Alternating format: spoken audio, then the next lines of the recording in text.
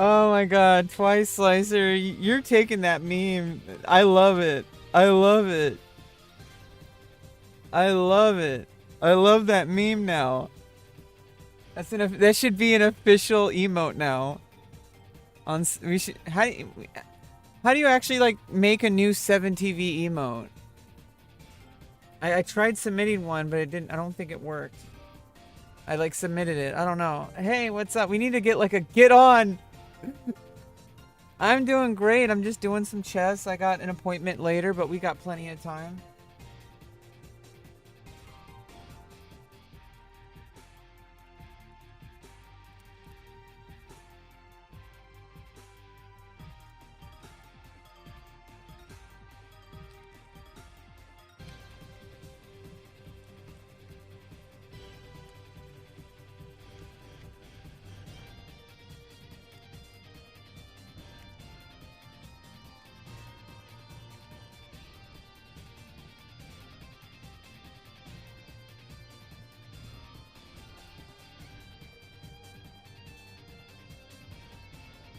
Yeah, we need to have that meme now.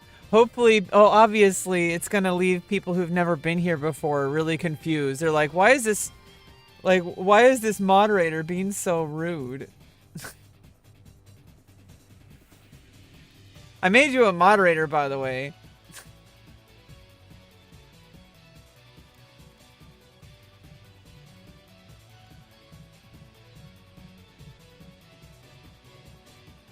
You've earned some moderator doesn't mean I have absolute trust in you.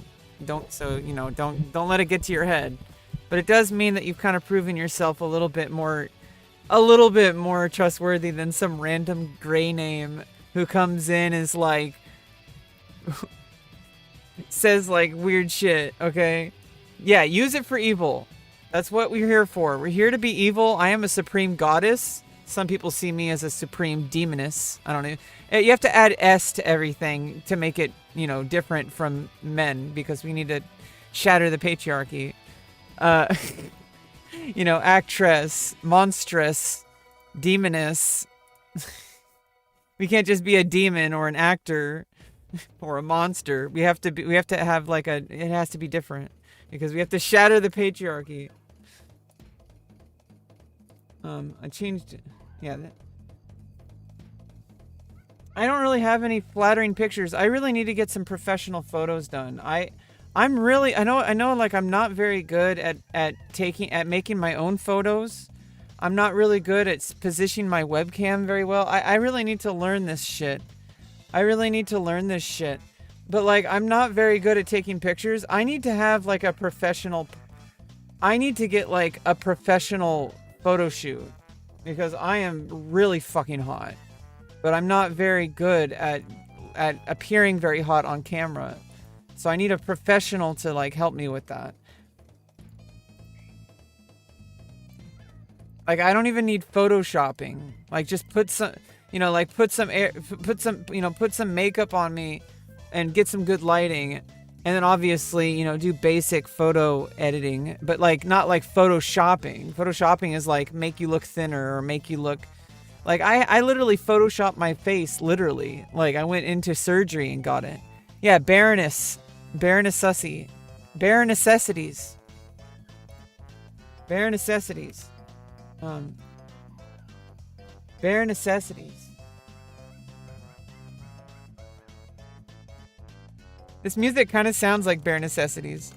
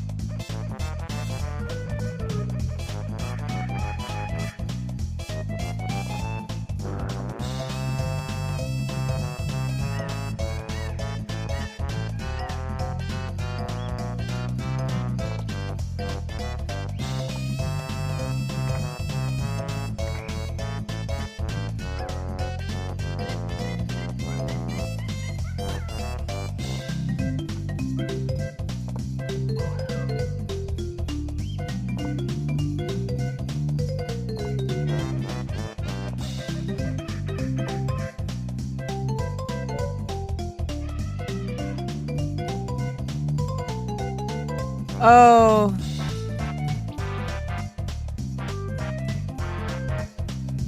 You need do you need help with your do you need help with your sub job?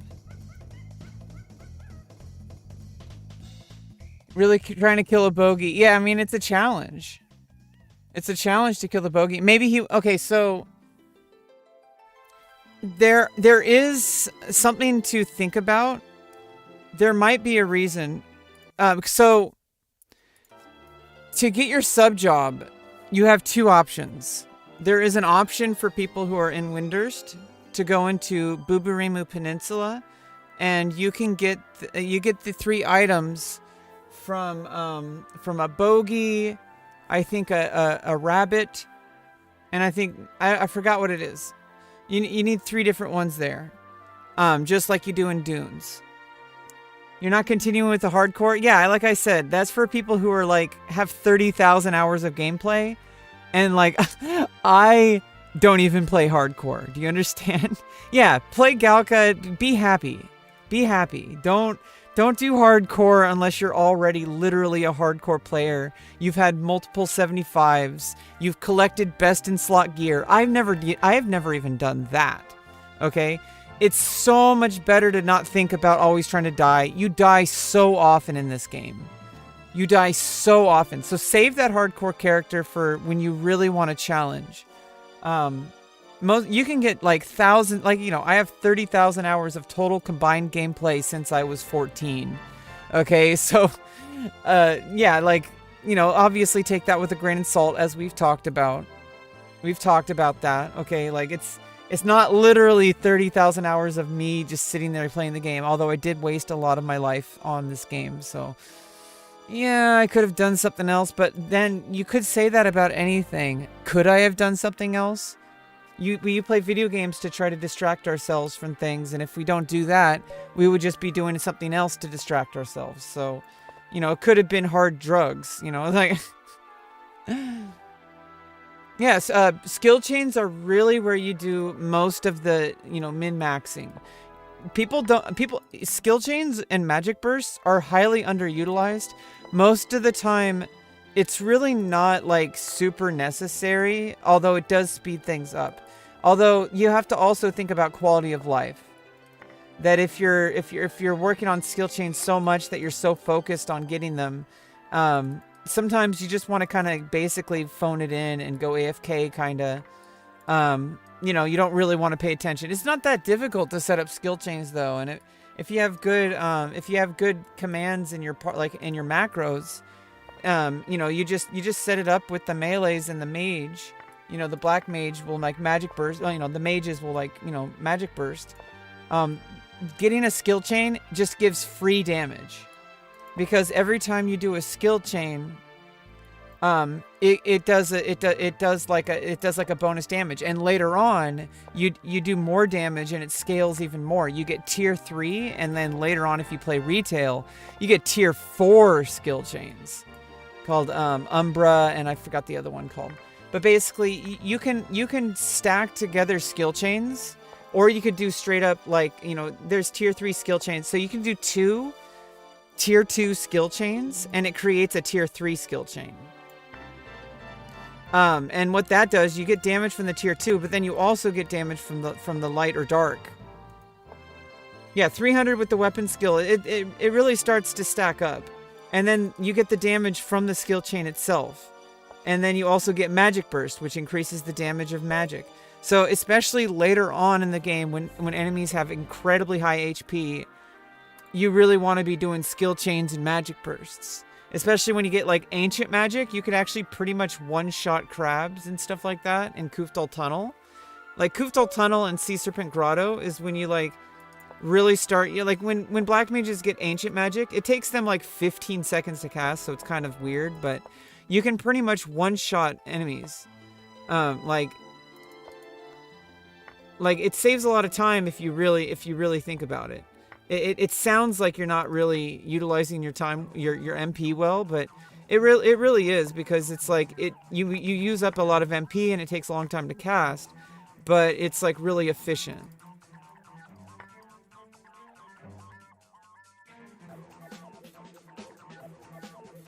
Yeah, you're gonna die eventually in the game. Like, don't even worry about it. Just play the game and enjoy it.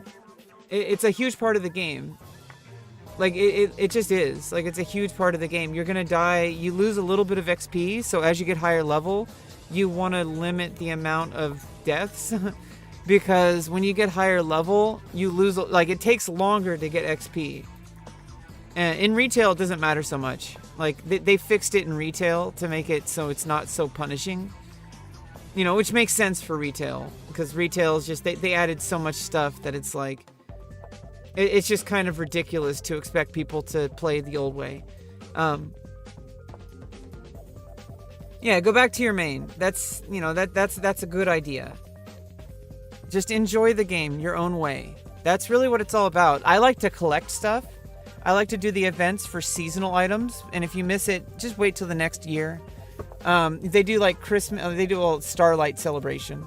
You know, they do like Starlight Celebration, which is like Christmas, and you can get Christmas trees. There's an Easter event where you get eggs and stuff like that.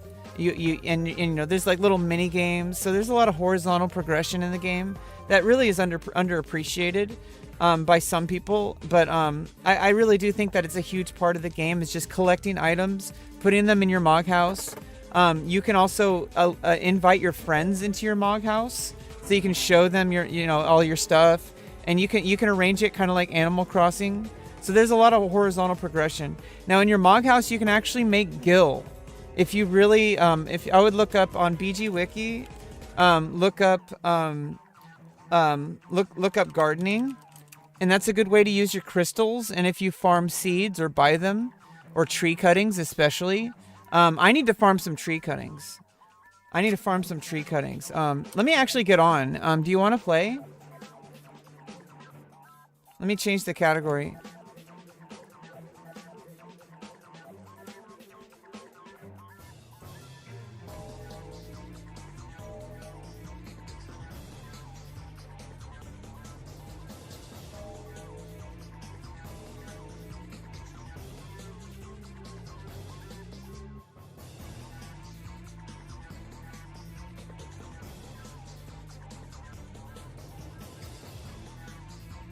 You need to play. Oh, I thought you said you need to play. I saw what I wanted to see. When you said, yes, yeah, I can play right now. When you said that, what I saw was, yeah, I need to play right now.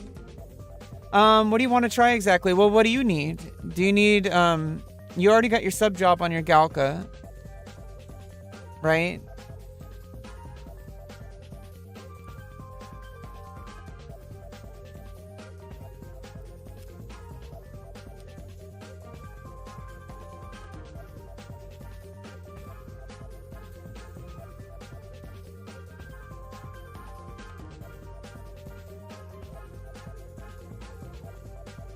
What do you need? Do you need something level? Do you need farm? Do you want to farm? Do you need help with? You actually, I don't remember if I actually, yeah. You need to. I can help you get missions done. I can help you farm. I can help you farm your keys. On my thief, because I do have treasure hunter. I can help you farm your keys. If you're not aware, you can farm keys. I think I need to be level 20 to ride Chocobo. You're level 20. Do you have your Chocobo quest finished? Have you been to Juno? Because I can sneak and invis you. Well, okay, I need a one level on White Mage. So if you're level 25 warrior, you do need to level your monk, but I wouldn't worry too much about it. I need to level my White Mage. My White Mage is level 24. So we can go level together. Have you been to Juno yet? I can get you to Juno. And then I can get you to Juno. And then what we're going to do is we're going to go to Quiffum. By the way, have you been doing your supplies quests? I don't know what I'm guessing you're Bastoken. Quiffum is actually Quiffham's actually owned by Bastock, so you can actually get that. So if you go back to your, if you go back to Bastock, I'm guessing you're Bastoken because you're Galka, but you might not be. I'm not going to assume. But, you know, usually it's safe to assume Humes and Galka are probably from Bastock, but I played a Mithra in Bastock.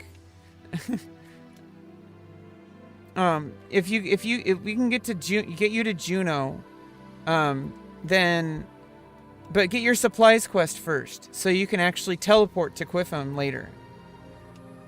And now you're level 20. I would highly suggest setting your home point. If you already have North Goosterberg, I mean, maybe this might be better later on when you're going to be in Juno more often. But in Horizon, they added a quality of life where they added this should have been in the game to begin with, because Juno is a very central hub, and a lot of people set their home point in Juno. But in order to actually do an outpost warp, you originally had to do it at your home nation only. But now they added a goblin in Juno to be able to teleport. Oh, Final Fantasy 13. Cool. Yeah, actually, it's hard for me to, like, I mean, obviously games I've played and stuff, and I've listened to these radio stations for a while. So I kind of, like, piece the OST to a game. But honestly, I actually don't really know most of the games I just like the music. I really love video game music. It's so good. And it has so many different genres. I never played Final Fantasy 13. I played like the first hour of it. But yeah, if you haven't gotten because you haven't gone to Juno, go to the gate guard and say you want to go on a supplies quest. I don't know if you've been doing those.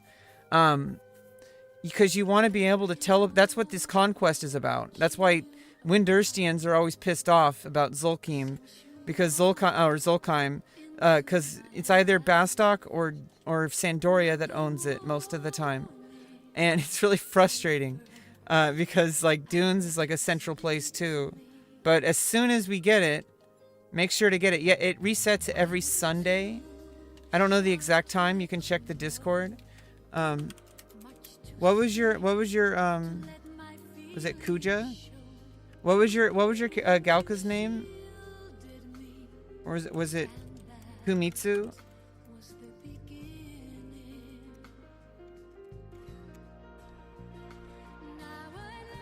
Or Katsu? Kazu?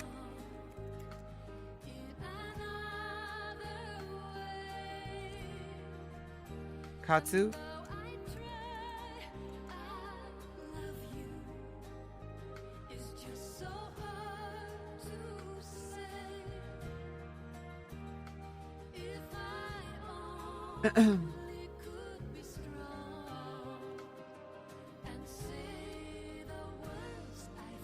Oh yeah, I like this song.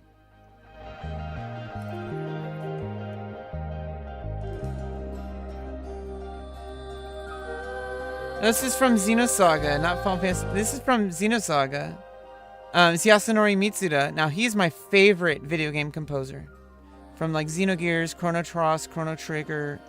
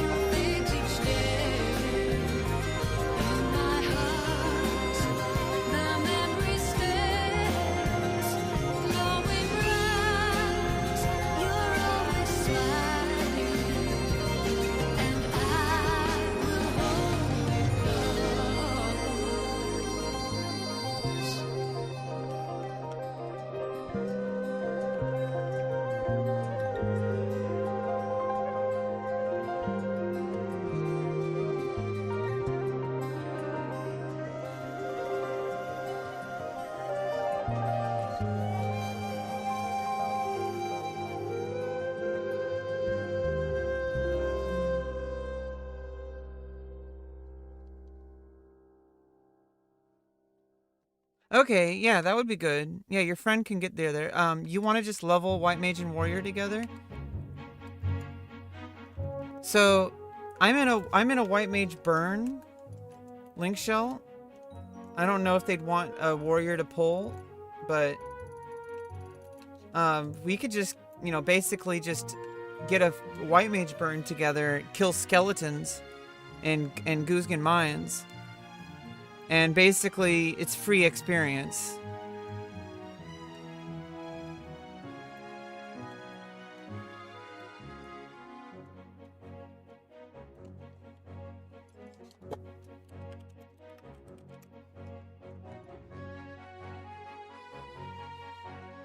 like usually you want to do see, when you team up with like a full party and you fight higher level monsters, it's basically going on autopilot.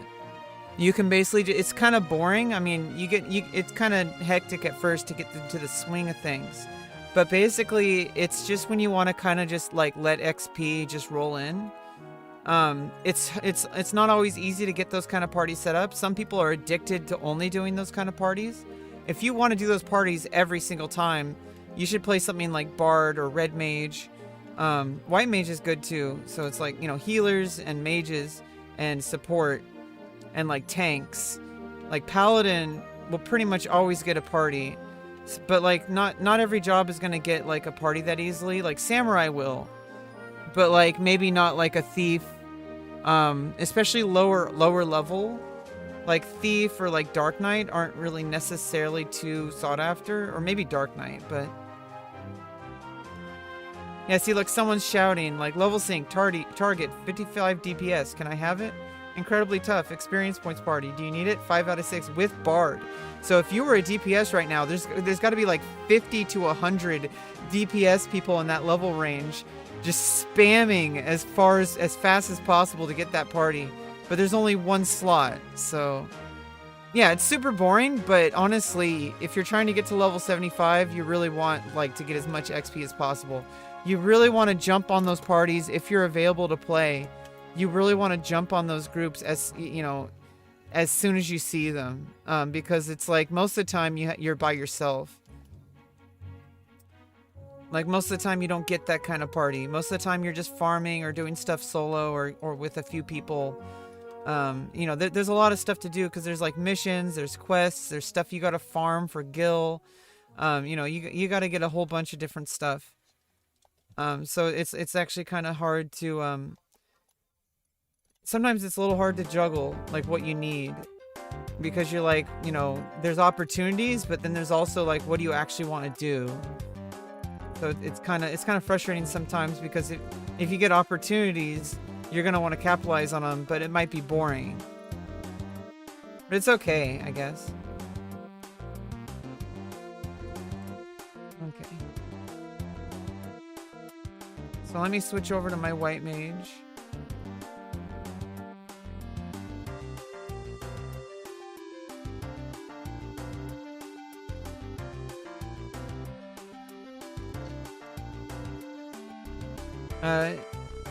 Because I think just leveling up your warrior would be good. Although if you need your monk leveled up, that's good too. But I kind of want to level up my White Mage.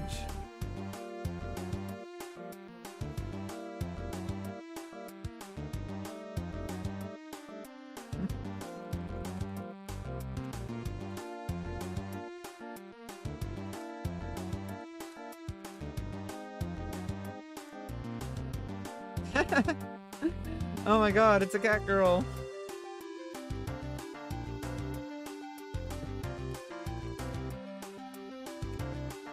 Yeah, let's, the cool thing is, it's like, let's just get the party started. That's usually like what you want to do. Just get the party started and we can figure out what we want to do.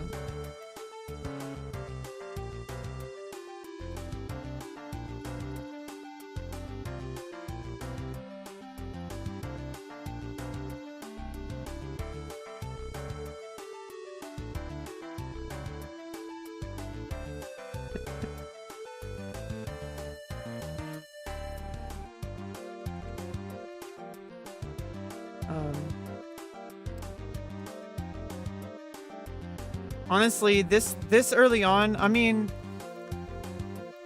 you have counter on monk already, so honestly, it's not too... Oh no, yeah, if you have your monk level... Okay, never mind, I wasn't realizing you're only 23, not 24. What level is your monk? Because if your sub-job's good to go, then we could just level white mage and warrior together. I don't think they added grips until maybe Odd Urgan.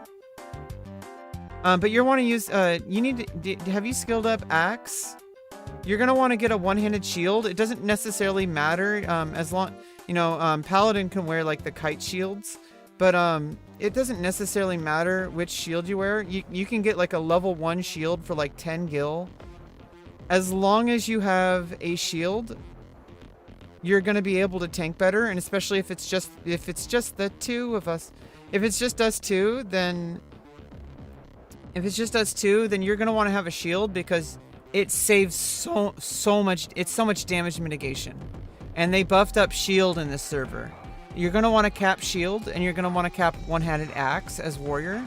Especially level 55, you're going to need you get rampage, which rampage is a really good damage axe weapon skill.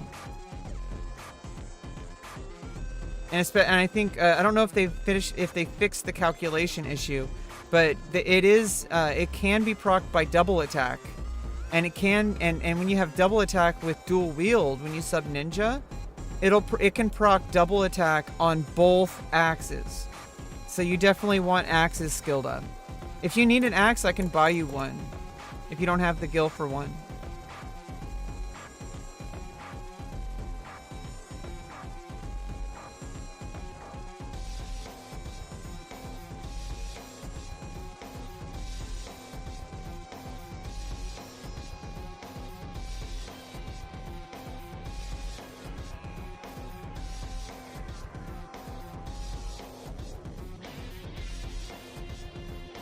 Yeah, I can get you, how much gil do you have?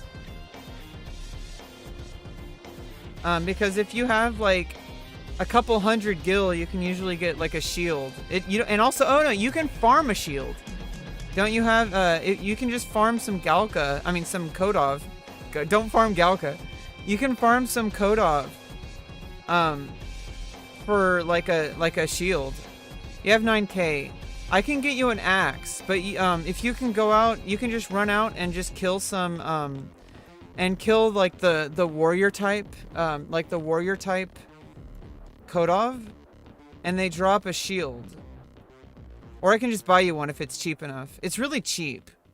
Like I got 48k right now, so I am trying to save up gil, but because I got spells and stuff to buy. My thief is pretty set for a while in kind of like cold storage. I have 45 thief right now. I'm set up for farming, and I'm just slowly soloing while I'm farming. Yeah, shell shields. Yeah, you can get a shell shield. And let me check one-handed axes. Because if you only have 9k, you're going to want to save that. But I mean, that's what the gil is for. The gil is for buying gear. So you, I would prefer you buy your own stuff.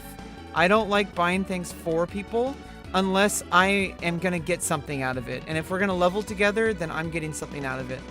So, you know, this isn't a charity. You're going to have to work for it. You're level 23. So let's see. Rusty Pick is a good one.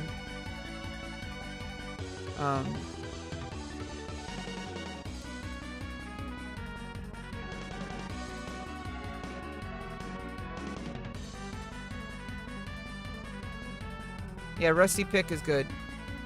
It's only 1k, so you can buy it. Actually, I'll just buy it for you. No, you can afford it. Get it. You can afford it. This isn't a charity. Yeah, go ahead. You know, take your time. No, I want you to skill up Axe and Shield.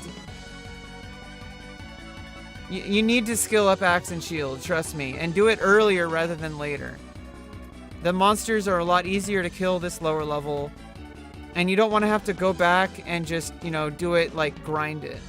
You don't want to have to do that. It's way easier to just do it now. You know, you'll get skills up pretty quickly. What level is your axe? Do you have it leveled at all? You ruined my life. I didn't ruin your life twice. Only once. It's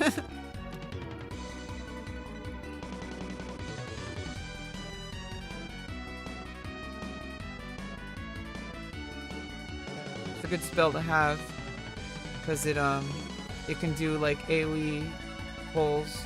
Why do I not have Silent up?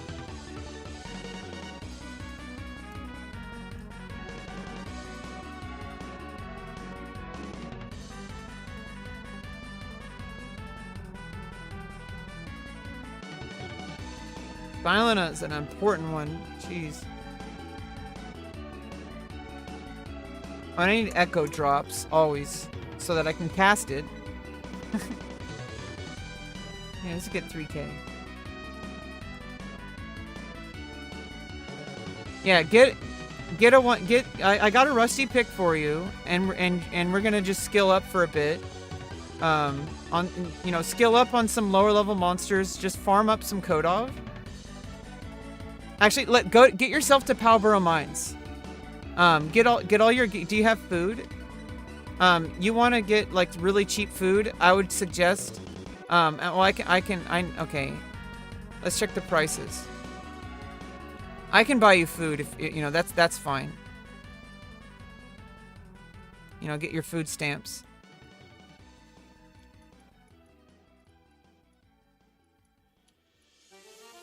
Jack-o'-lantern. It gives you accuracy plus 10 and evasion plus 10. Okay, I can buy that for you.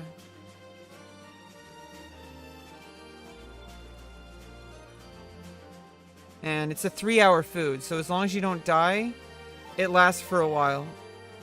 As a backup, you're going to use a cheap-ass food in case you die. Grilled hare is good. Wait, what's one that stacks? Meat jerky. Yeah, you want to get like meat jerky because that's like a 30-minute food, but it stacks. So you get like 12 of them in one inventory slot. Oh, my inventory's full. Uh-oh. Oh, I need to use these. I can sell that, obviously. I already know silence. Apparently, I don't know how to shut up, so I guess I didn't learn it correctly. What is this emote? I don't know.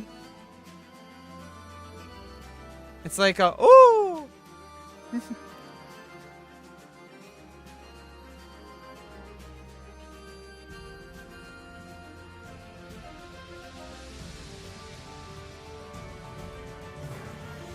That gets me some gil back.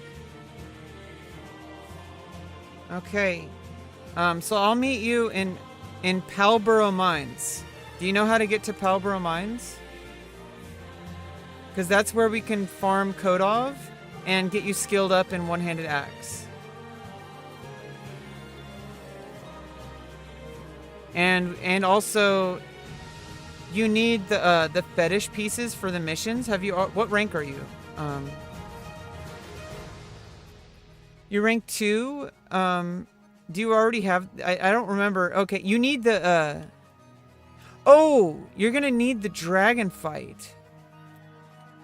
I don't know if you can do that just yet, but let's get you to level 25. We can try to pick up someone to do the dragon. I don't know. You're rank 2. So you go into North Gustaberg, but the eastern entrance. So the exit from. It's funny how they call him fetish. So the exit from Port Bastock. I set my home point to Bastock Mines when I played Bastoken characters. So Bastock Mines, the home point at the auction house is actually the absolute best in the game because everything's really close. Everything's really close to each other. There's an NPC at the Chocobo Stables, which is also a Chocobo stable. There is an auction house. There's your, I don't think they don't have synergy here, but there's a synergy furnace. There's There's a place to buy pickaxes. There's Zeron Mines, which is you can just make some quick gil by mining. And there's your Mog House. Like, it's all close together if you just set your home point in the auction house at Bastock Mines.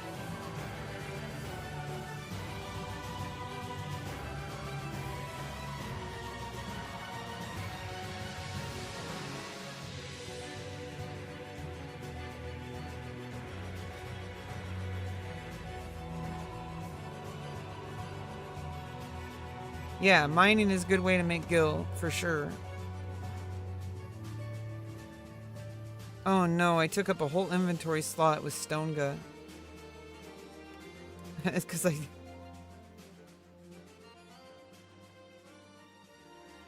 Let me head over to Bastock. I don't know if I have... First of all, let me check my supplies quests. What I can get this. I mean, I could like look, but I don't remember which ones I have and which ones I don't have.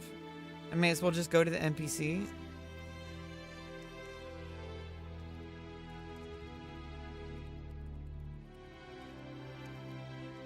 Yeah, there is a no sub job challenge. There is a no sub job challenge. That's also a challenge.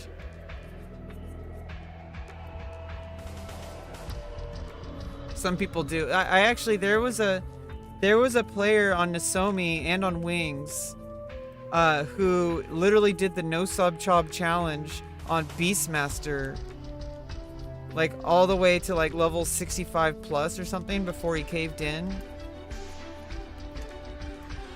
Okay, do you have an... Did you make sure to get the Empress Band? You're going to want to use the Empress Band. It gives you XP bonus. You get it once a week.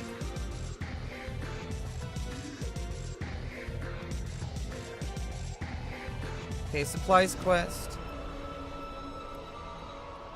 Okay, so okay, I can get... Okay, I can't really get these right now. But I'll get Zeta. That's from Sanctuary Zetar. Lee Telor.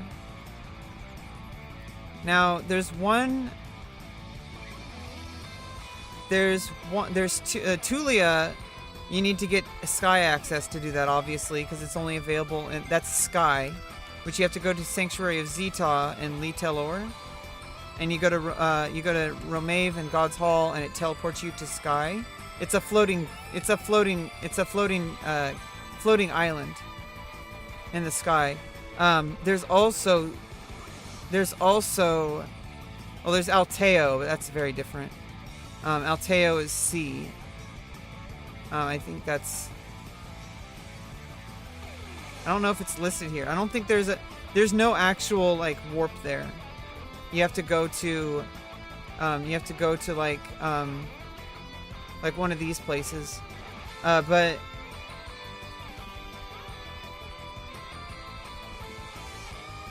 Lufay's Meadows, Lufay's Meadows, you have to get past a certain... You can get access to it, but you have to get to a certain mission first in order to get... in order to actually claim the supplies quest for the warp. So some things are kind of gate kept. I already got you a rusty pick.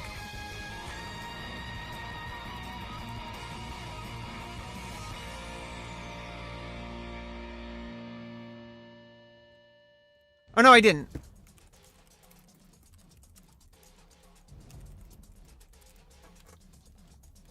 Yeah, I didn't. Sorry about that. Yeah.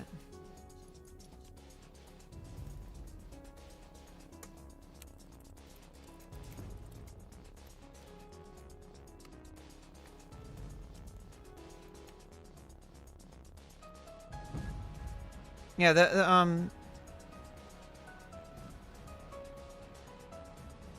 the jack-o'-lantern is probably the best, especially for skilling up, but it gives you evasion plus 10, which is really good against easy prey. It's not so great. I mean, the accuracy plus 10 is always good. People will spend like millions of gil for accuracy plus 10 at level 60. So accuracy plus 10 at like level 20 is like insane. Okay, cool. I do have Goosterberg. Let's go. It warps me to the wrong side of North Goosterberg. But so I have to run to Palborough Mines.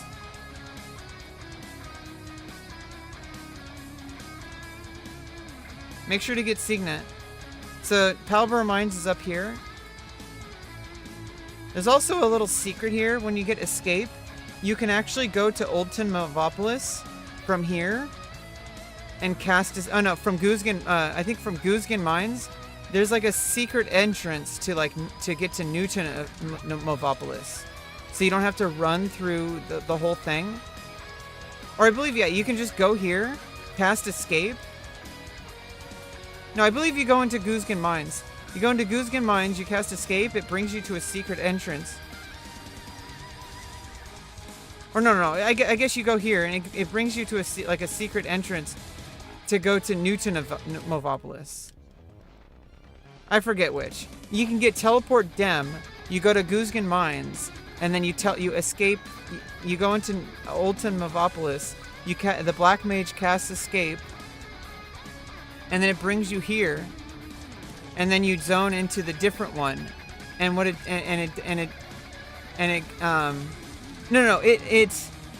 it's a secret area that you can't access unless you cast Escape. I forget like that, but basically, it gets you to Newton Mavopolis really quickly.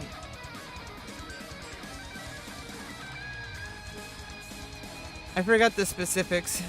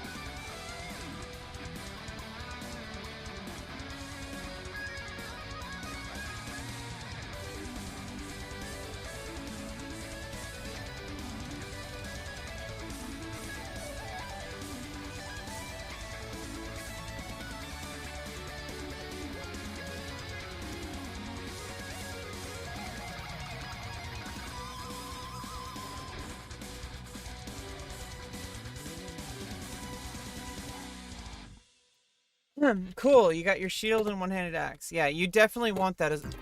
yeah, that's cool, because you definitely want that leveled on warrior. And shield... I mean, I think they kind of procced the skill ups faster, right? A little bit. But shield takes a very long time to skill up. And you really want shield leveled up, because it's useful on every single job that uses it. It mitigates so much damage. Like, it completely mitigates damage. Like, I think it either completely or vastly mitigates damage. But it's like, you want parrying skilled up, and you want shield skilled up. And on monk, you want, like, guard. Because what happens, it's huge damage mitigation. And the only way to skill it up is by soloing, pretty much. Because you have to be tanking. And most of the time on warrior, you're not going to be tanking, even though it's considered like a tankable class. It's more of a tank class for like easy prey to even match or tough. Like some jobs are just way better at certain roles when they're soloing. Or like in small groups. Whereas like Paladin is also really good solo and stuff, but like they're like pure tank classes in a higher level group. Don't waste your money on medicine. I would say save up that money for gear. what you want to do is you want to invest in gear, and you don't want you really kind of don't want to sell it. Like, don't, I call them rent a gear adventures. Like I call it rent a gear adventures. Don't do that. It's not worth it. What a lot of people do is they will get gear, and then as soon as they level past it, they sell it. But what you want to do is you want to have a steady income of gil coming in, because what happens is you're going to have to use that gear again for other jobs, like monk, white mage, black mage, red mage, paladin, bard, ranger, summoner, blue mage, puppet master, scholar, geomancer, rune fencer, like scentless armaments. Like look how many jobs can wear this. Like, you want to keep this gear, especially all jobs. Like, you need mind +2 and int +2. These are useful forever. For any job. Even, like, high level, like, mind +2, like, that's big. And, like, you know, like, stuff like that. You want, like, justice badge, or, like, you know, like, have, like, you know, different gear. Like Brigandine's really good. You never want to sell gear like this. Like, beetle harness +1. Like, you don't want to sell that. A lot of people will get into this habit of, like, every time they level past a certain gear, first of all, there's level sync. So with level sync, you're going to be able to, you're going to want to use gear from your level, from the level you're syncing to. Sell your stuff, judge me. Well, it's early on now, but I'm going to tell you, like, you're going to want to invest in gear. Don't waste your money on high potions. It's not worth it. You'd be better off just with maybe getting an instant re-raise or something like that, or a re-raiser, if at all. But, like, I would save your gil on that, especially low level.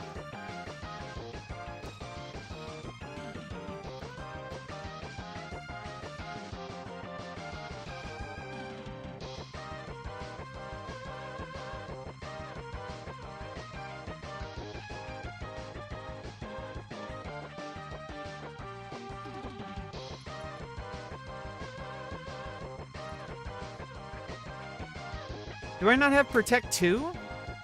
What level is Protect 2? Do I need to go back to Bastok first?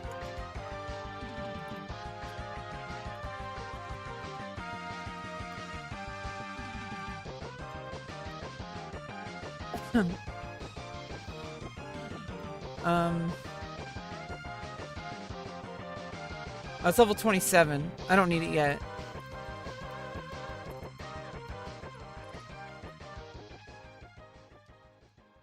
Yeah, treat it like spells, because you might invest a lot of gil in spells, but once you get them, you have them forever. You never have to buy them again. So if you treat your gear like that too, you'll be so much better off. Trust me. I mean, you're going to be playing like multiple jobs. You're not going to want to stick to, I mean, some people stick to one their whole game. I really don't think that's very fun. Like, you get better stuff in the long run, but it's really not worth it to, like, invest all your time into one single job. Like, you're gonna want to do multiple stuff for quality of life. Like, getting white mage at least to I mean, you're gonna want to get, like, pretty much every job to 37 for sub job, at least. But not every job is a good sub job, so you don't necessarily need to do that. But stuff like white mage to 37, like all them, like white mage, black mage, red mage should all be 37. And if you're gonna get to 37, you may as well get to 40. And if you're gonna get to 40, you may as well get to 50. If you're gonna get to 50, you may as well get to 60.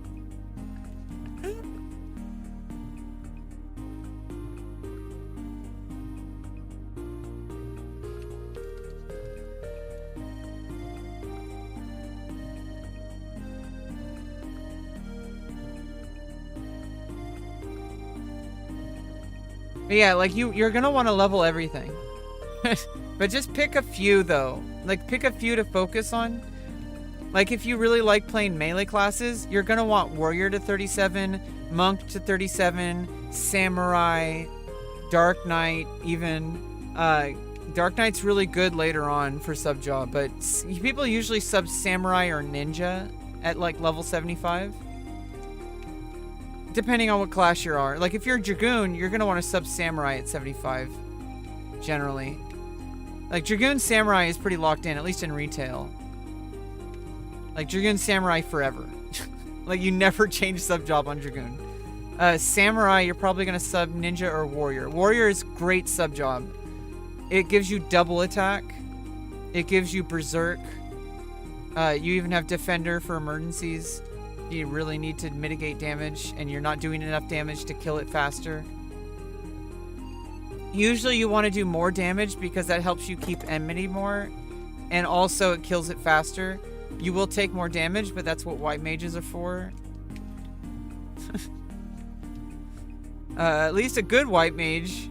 I'm gonna heal whoever needs it. I'm not gonna get angry. There's two types of healers, okay? There's the anime healer, which is like, I am a part of the group and I think about the whole group. And I want to heal and I'm gonna take care of the group no matter what. And then there's the, then there's the raid boss from World of Warcraft healer, okay? The one who's like blames everybody else for the lack of healing.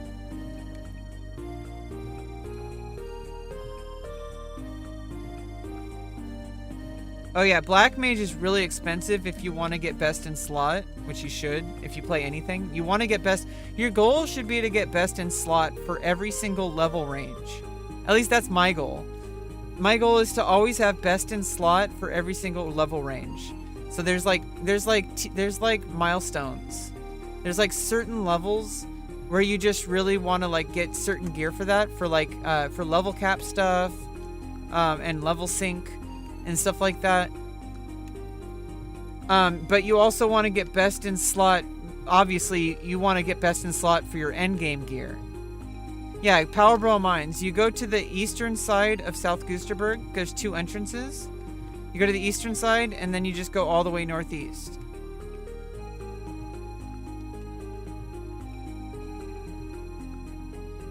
And we can also get your key, because have you been to Chasm yet? Usually you don't get there until like probably level 30. Oh no, I mean, you're in the level range where you actually kind of want to get to El Shimo Lowlands. Because you can level up here in parties. And you really want to be able to take the airship there. Because that's the only way to get there. There was a secret way to get there in Nozomi. Is if you got the Christmas item that was like a teleport. And you could cheat your way there if you had an outpost warp. But you'd want to get the airship pass.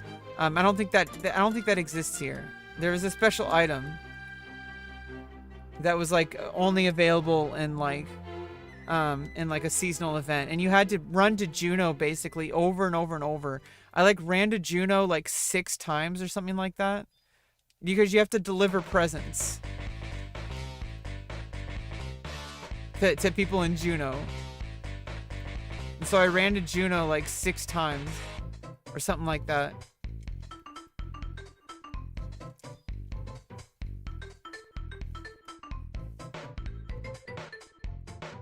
But then you got this special item that like teleported you to...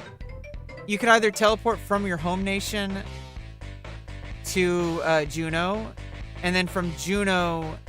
And you could also, like, it would also teleport from Juneau to, it was a 24-hour recast or something like that. So you can only use it once every day.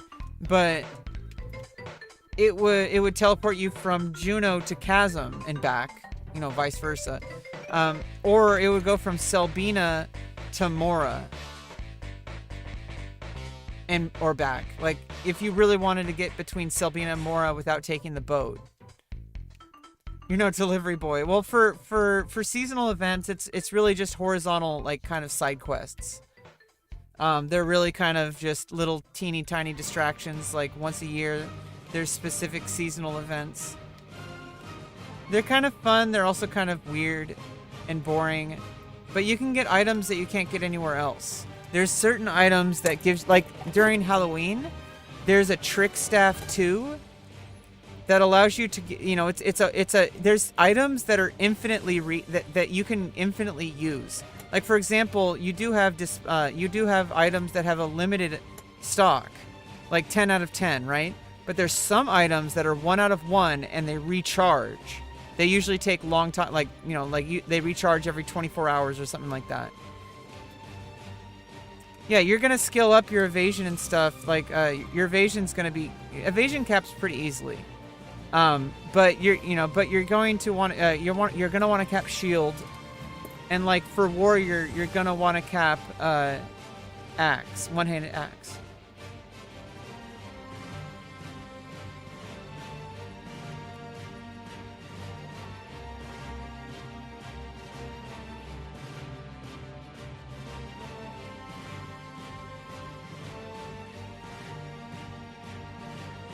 Alright, I gotta go in NPC mode.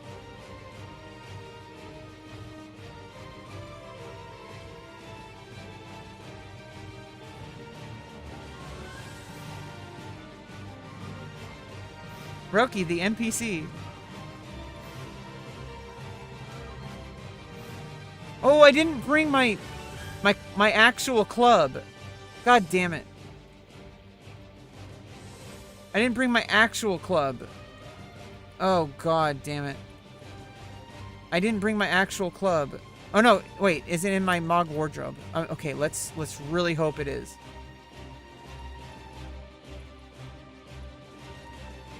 Oh no. I might have to run back.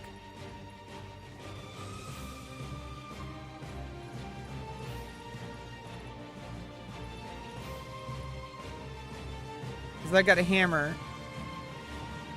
More cleric mode when we're doing like soloing and duoing kind of stuff. Yikes. Okay, I'm gonna have to run back. You can get started skilling up on the way, like skill up now. Like just keep skilling up. You can skill up on these lower level monsters. Just kill all the Kodovs and stuff. Like get over here and like just start killing the low level stuff at the entrance. Because if you do that, by the time I get back, you should have like a decent skill up, and then we can go to the higher level monsters for XP. That sounds like a good plan. The plan I made. Was there some lag going on? What's going on?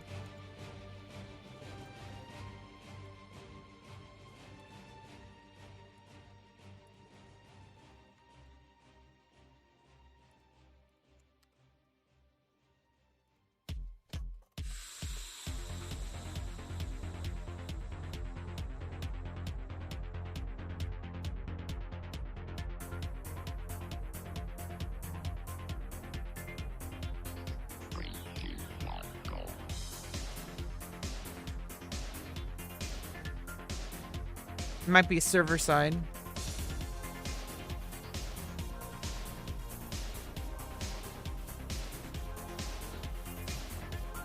Yeah, so we got a plan.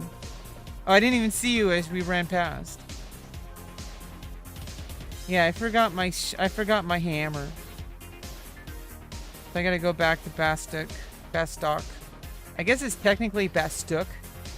Like nobody calls it Bastook. And Quifum is actually Kufim.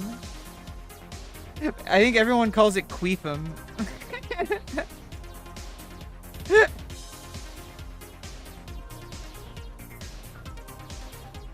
Like Quifum. I just call it Quifum. It's like Kufim, actually. Like Kufim. Kufim.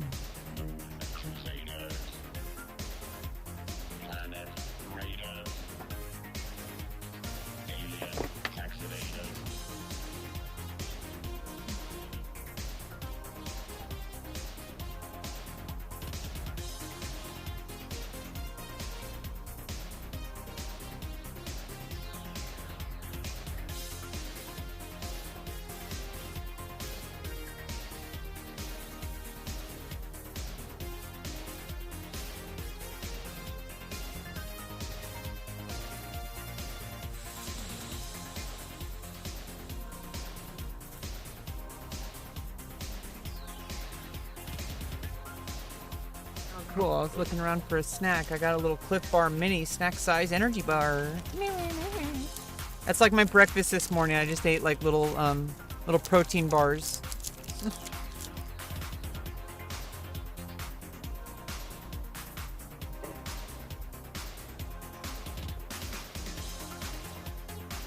Yeah, cup him.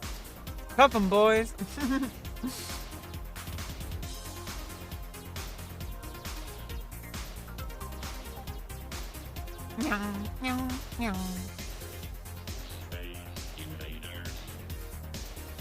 Oh look, you got a shell shield.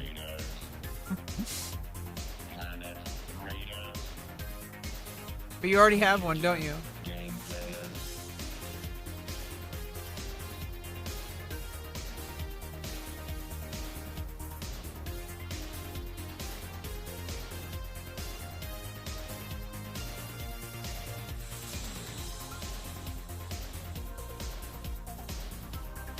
You can vendor them for like Gil. I mean, or slap them up on the auction house for Gil. There's a good place to farm. If you go up here, there's a hill up here. It's called Vognum Hill or whatever it's called. You just climb up and down the hill, and there is an NM called Stinging Sophie. You might want to also check out the Black Wolf every night.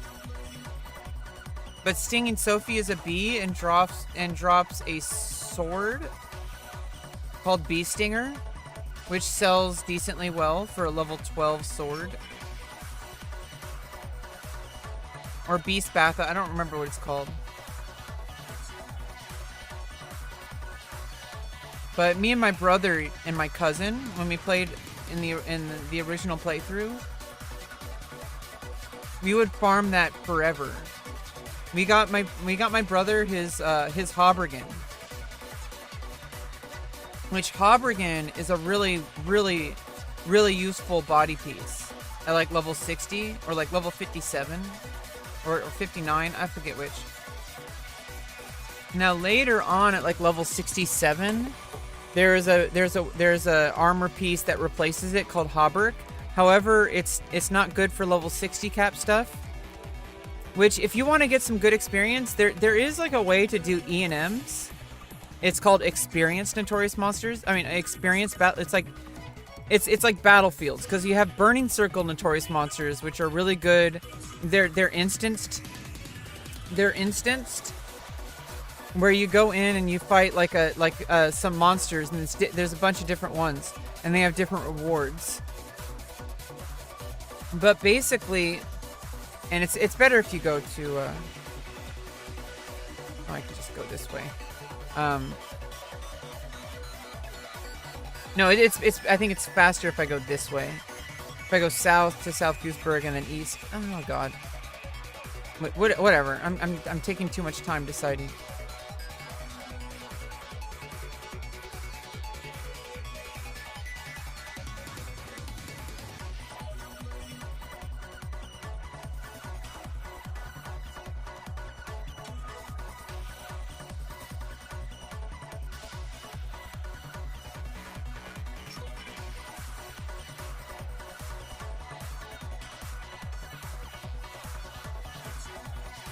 I wonder if the Black Wolf is spawning.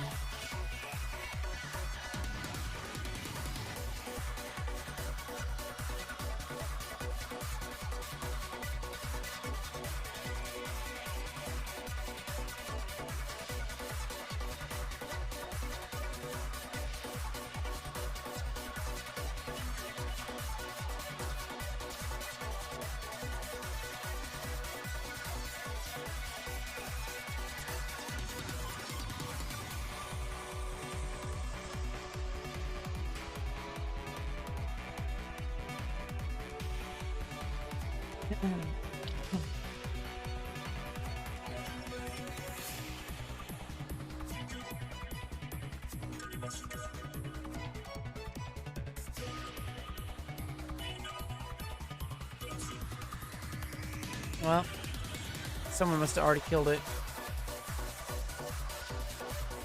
Or it didn't spawn yet.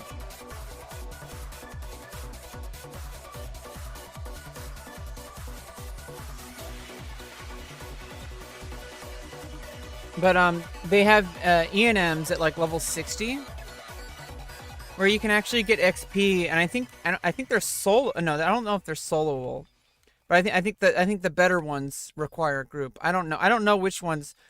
I never really did too many E&Ms, although I do know there is one that you solo, and you can actually get XP that way, and it's level capped, so it's like you can do it any level past 60.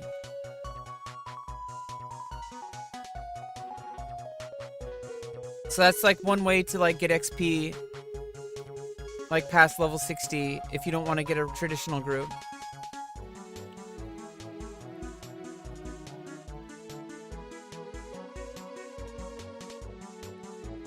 Yeah, no, Palborough Mines is where you should be farming. You can be skilling up in Palborough Mines like near the entrance. Like just run around and kill stuff. Get skilled up. And then we could go on to the tier 2 area.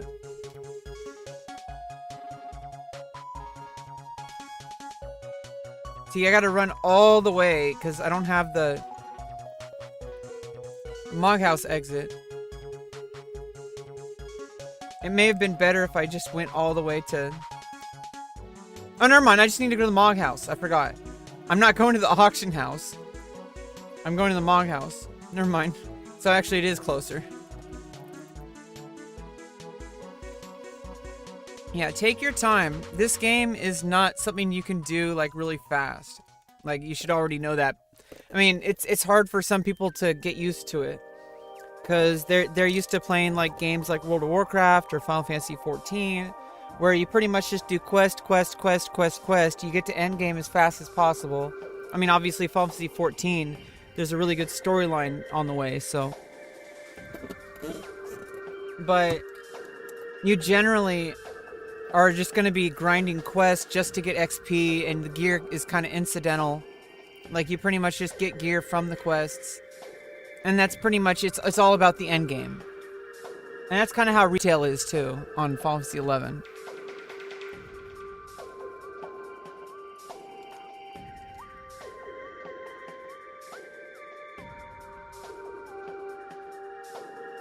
Okay, here we go. Got my hammer.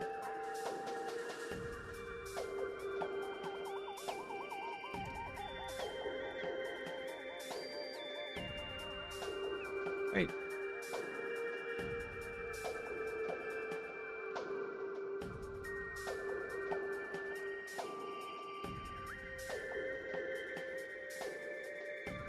Why do I have these? Oh, I guess. Wrong monk.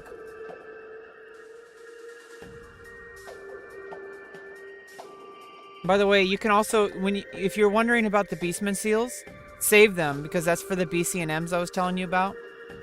And the Kindred seals, definitely save those. But what you do is when you get to Juno, you can actually trade them to an NPC. I mean, you need to use them. But then it gets rid of them from your inventory. So a lot of new players usually wonder what to do with the Beastman seals. Like, what are they for? They're for Burning Circle Notorious Monsters. Yeah, they drop a lot of shell shields.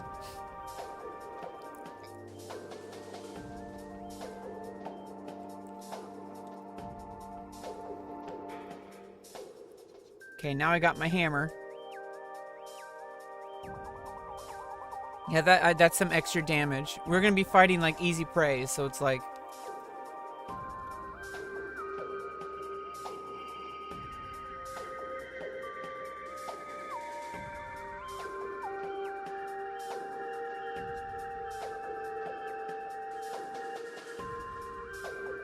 Or when, I don't actually know if they're gonna be easy. I mean, I forgot what level they are. What level are the monsters in Palborough Mines?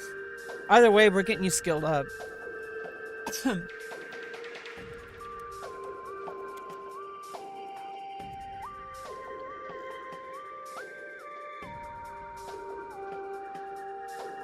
There's also chests, but you need to save the key.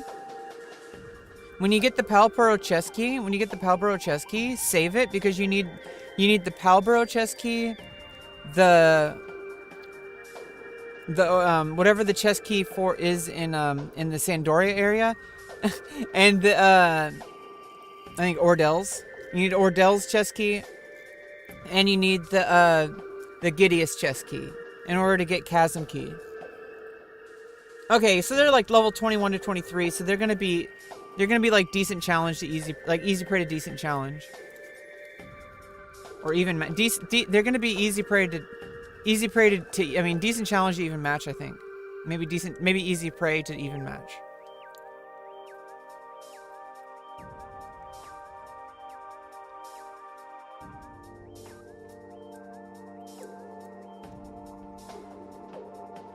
I'm going cleric mode. The hammer. Bum bum bum bum bum bum. Okie dokie. Roki. Roki dokie.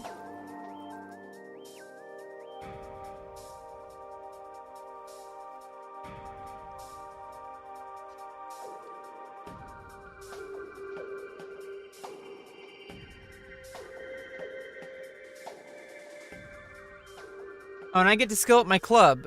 So we're both skilling up.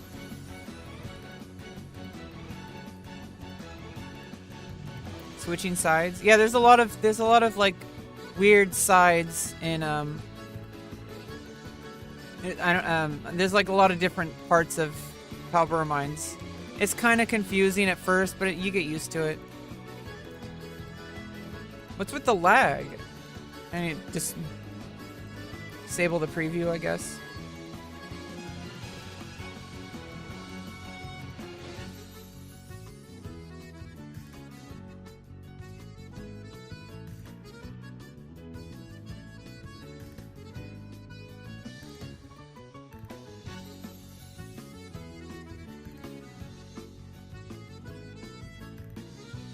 Microsoft.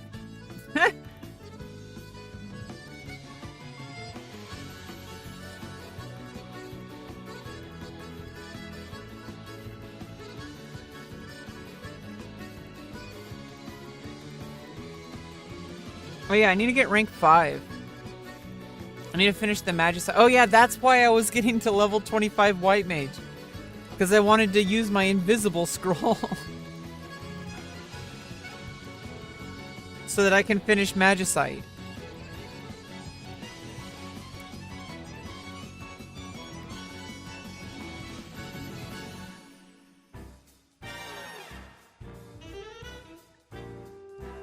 Yeah, so we're both going to be skilling up.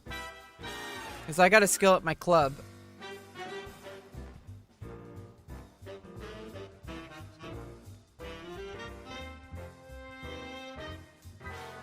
So we got our work cut out for us.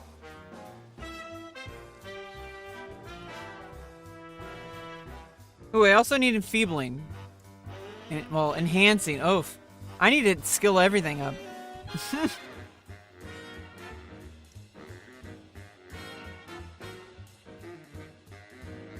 I can only do dark magic on Black Mage or Dark Knight.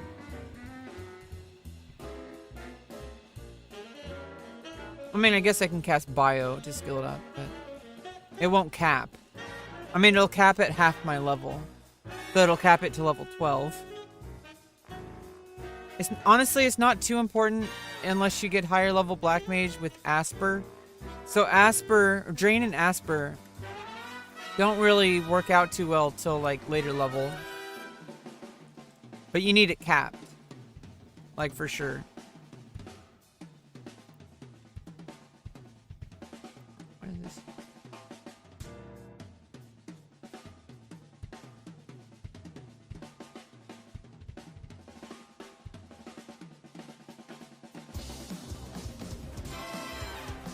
Yeah, it's dark magic. So you can spam. You don't have to. See, when you land Dia or Bio,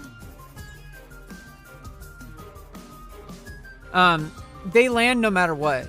So you actually don't need dark magic skilled up to use Bio, because it lands no matter what. It's 100%, unless the monster can't be bioed, like an undead. Undead can't be bioed. But Dia, I mean, I think there's certain monsters where they can resist, like level like 100 plus monsters or whatever. Like, there's like level 99 monsters in the game. Like level 100 plus. Like, they're called H&Ms. They're hyper notorious monsters. Or HQ notorious monsters. Depending on whatever you want to call it. Or heavy. I don't know. They're really high level notorious monsters like Seamerg. Or like Knee Dog. Or... there's like a whole bunch and there's like Kieran, which is a popped NM in Sky. There's Absolute Virtue, which is the absolute most difficult monster in the game right now. And I don't think anybody's killed it yet. I don't even think it's been popped. It's the highest level monster right now in Chains of Promathia, because we're currently in Chains of Promathia. Now when we get to Ot Urgen, there is a monster called Pandemonium Warded, which I've never actually fought, but apparently it takes like 30 hours to kill. Or something like that. I don't know about that, but it's like the highest level monster in the game.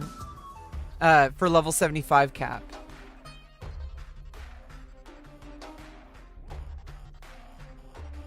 And then I'm really curious how they're gonna balance Abyssia.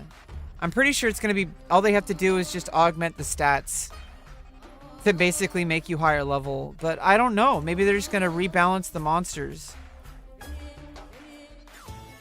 But I think it's going to require... It's going to be harder. It's going to be more difficult. You're going to need more best-in-slot gear. Or required to have best-in-slot gear to do like Abyssia when they add it. But don't worry about that. It's probably going to be a very long time off. Right now, just Chains of Promathia, you don't need to worry about anything else. Like, pretty much the best content in the game is Chains of Promathia. Ot Urgen was fun, but it was kind of like a little side quest thing. There was a lot of fun stuff in it. So it's gonna be cool when they add Ot Urgen. Like, trust me, everybody enjoyed Ot Urgen when they added it. It was great.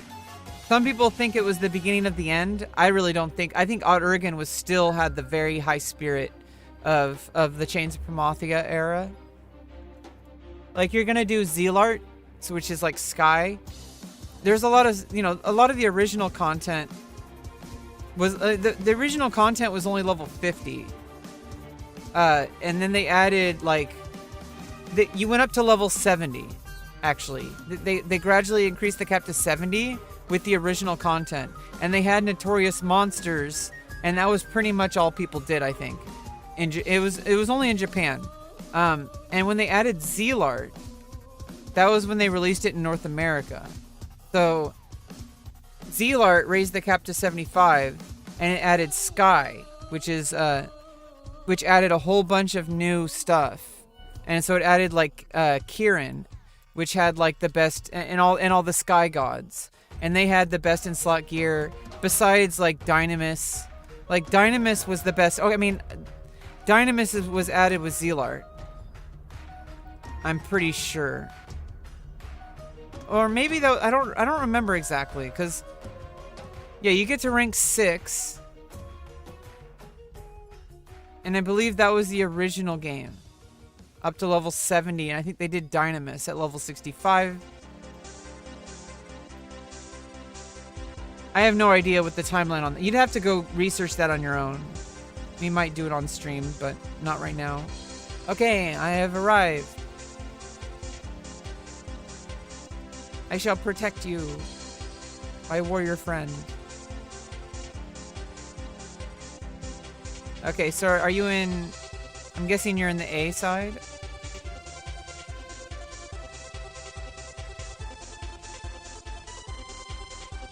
And I'm gonna... I'll tell you... I'll show you how to get these maps.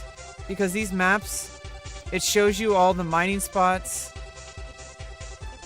It shows you all the, like, little... It'll show you all the extra stuff in your maps. Like, all the stuff that you'd have to normally find yourself. Oh, you took the elevator. Okay. Let me get on the elevator. If I can remember how to get there.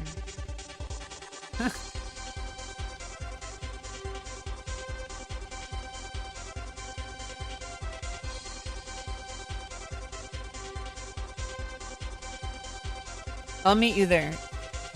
Yeah, the elevator is where you want to be. It'll be a lot easier with both of us.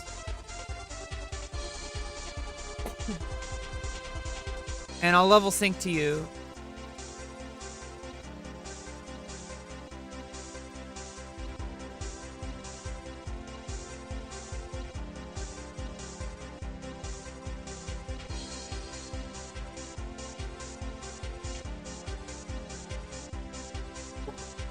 I think my mining, these are pretty outdated. This was for Nasomi because I copied my. By the way, you can back up your I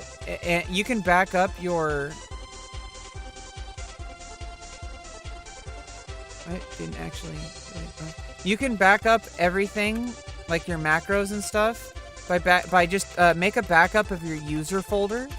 And if you ever need to reinstall the game, all you have to do is copy and paste your user folder to the right folder, and you'll get all your macros back. So if you make a like, for example, if you make a second character, you can only have one account on this server. So don't make a second account; you will get banned. If you're living in the same place as somebody, like you have like a friend or a roommate or a partner, who plays the game. Oh, where are you? Oh, you're up there. Up there. You're up there.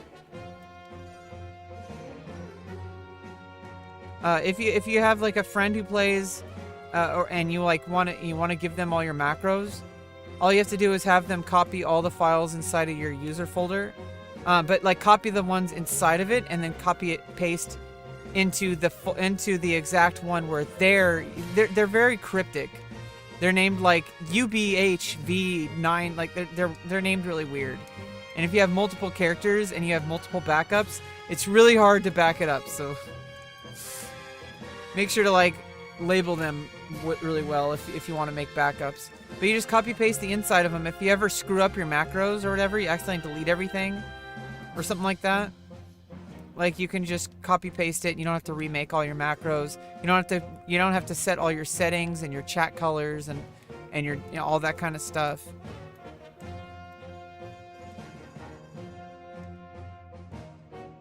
Or if like you play a character on a different server or on retail or whatever. Although, okay, where are you at? Okay, oh, you went south. Yeah, well, I mean, you have your hardcore character, but that's a separate character. All right, so I'm going to level sync, so don't kill anything yet. Oh, well, let's kill this first.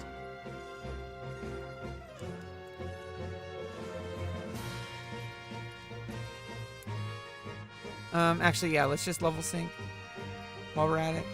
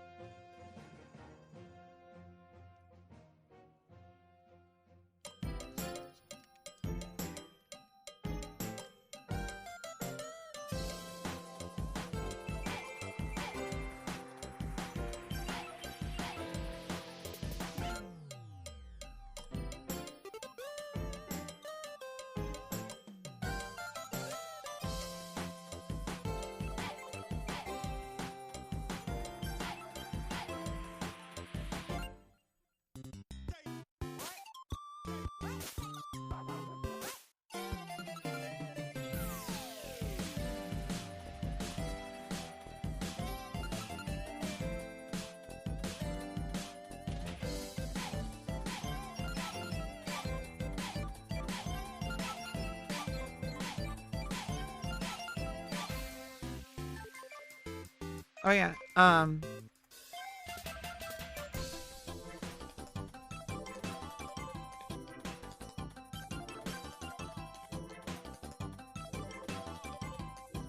I brought lunch. I brought lunch.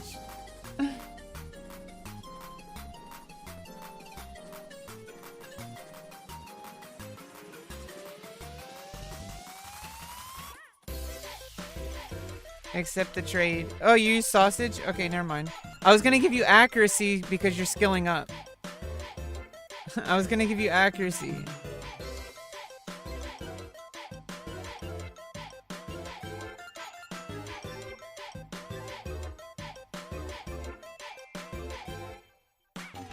And also, don't worry about provoke. Don't worry about provoke because we're gonna be team tanking.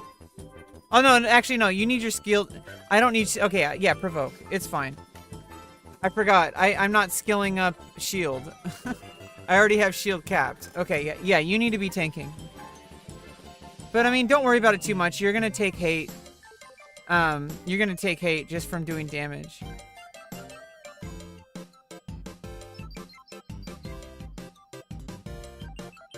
Yeah, provoke it for the shield.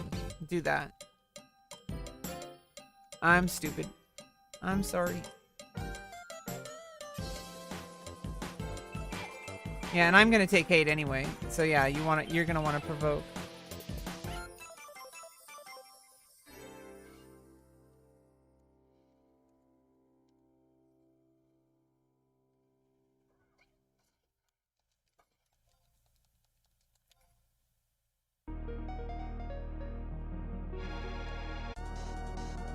Ooh, Gundam Wing Endless Duel.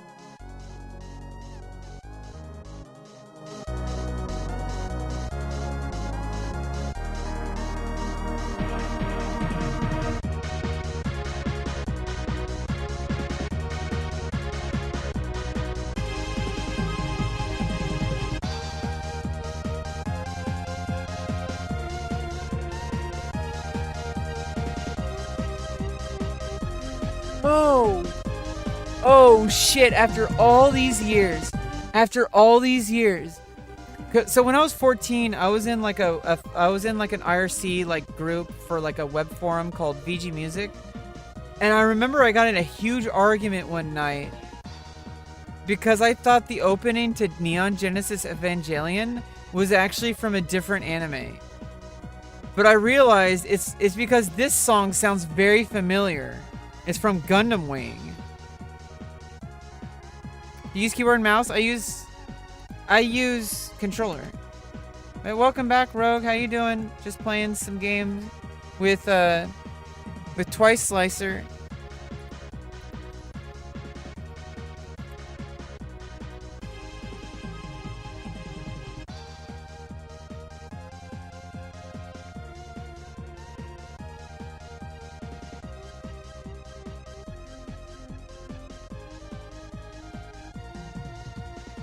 Nice, club skill up. Let's go.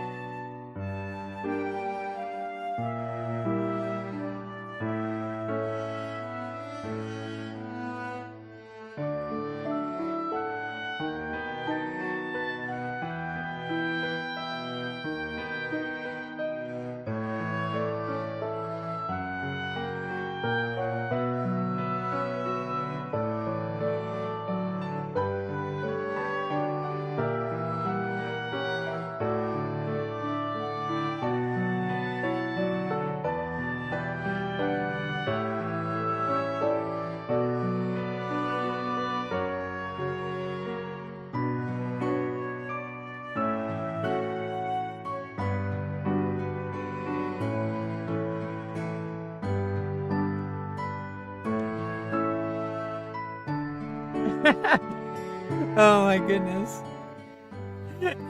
Dancing Galka. They're great.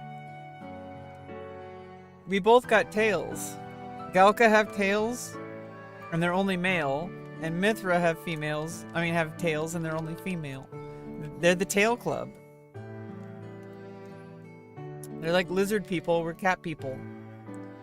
I don't know if they're like lizards, but they're kind of like lizards. They hatch from eggs, and they. I don't want to spoil the story. Like, but, I mean, if you talk to NPCs, like they talk about it, like they're they get reborn from like the previous generation. You'll find out. I mean, you'll find out as you play the story.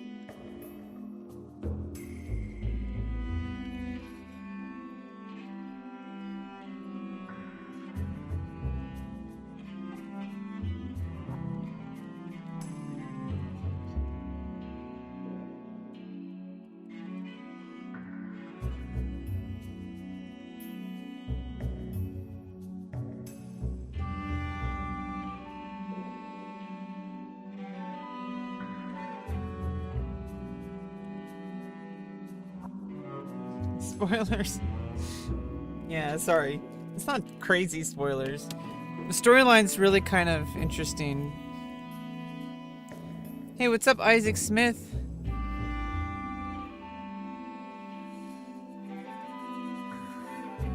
I think a lot of people think about life that way. Like, I think this is a philosophical question. That, like, you think that our lives are actually meaningful on this earth? Like, are we afraid of death? Are we afraid the life we live are going to be inconsequential? But here's the thing, is there is no grand meaning. We're all going to live, and we're all going to die. And so, like, in this lifetimes, we really just, like, in the grand scheme of things, like, the universe is, like, trillions and trillions of years old. We're, like, a little tiny speck. So that doesn't mean our lives are inconsequential. What it means is we have to find our own meaning. And that's something that is really that is the meaning of life. Like, is that there is no meaning, that we have to, that we just have to figure it out. And honestly, we should try to live together and work together.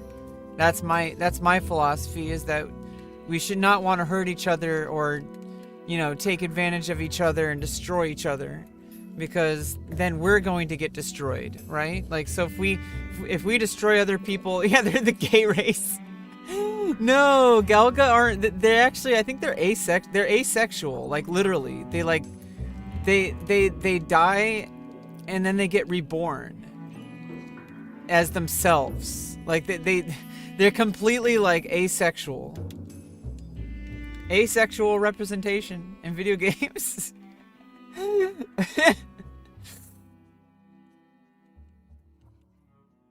I don't think they have any sexual, I don't think they have junk. Where'd you go? I think they're like Ken doll down there. Oh yeah, they can be gay. I mean, I'm sure they have their own kind of relationships. They can be gay all they want. Anybody can be gay if they want. I mean, they're gay. You can't change it, really. I mean, if you're pan, like I'm bi, I mean, I'm pan, but, you know, I can't really change that. I can't change that. If you're gay, you can't change that.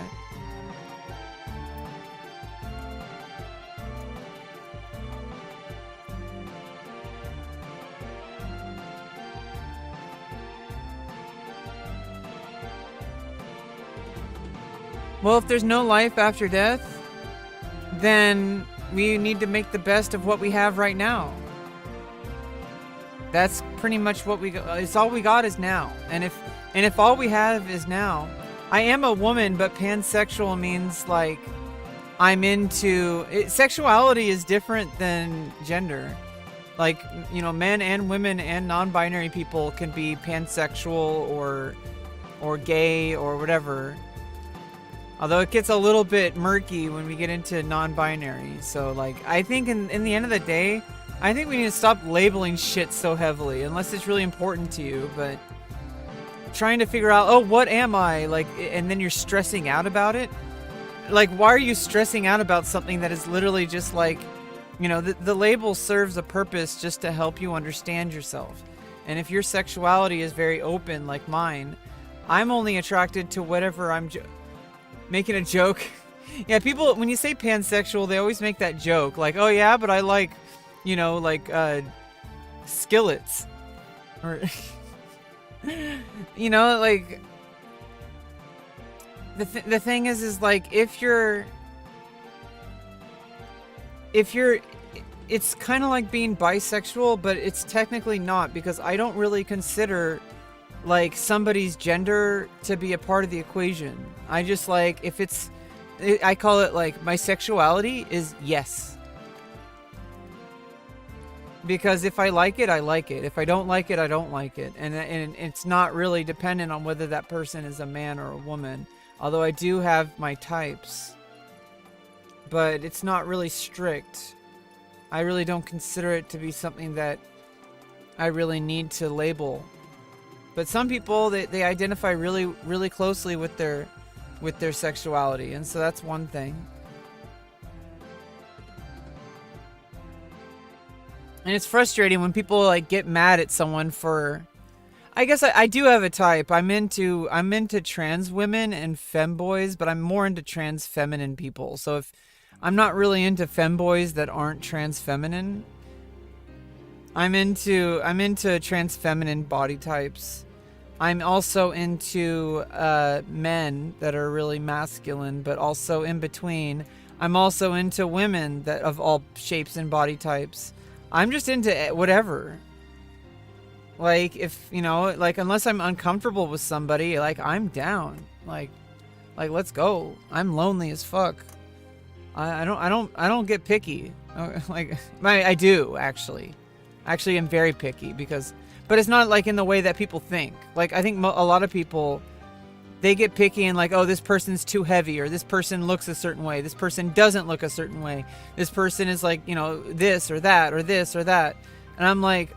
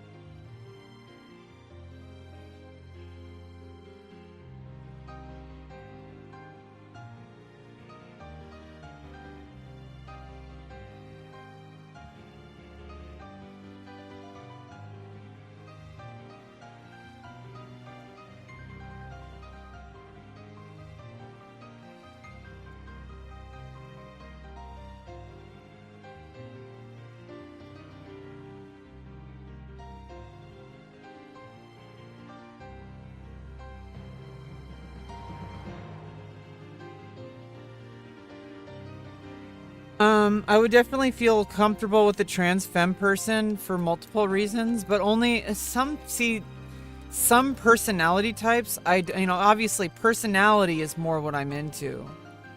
So it has nothing to do with their gender or their body type. It's like if someone makes me uncomfortable for any reason, I don't want to be with them.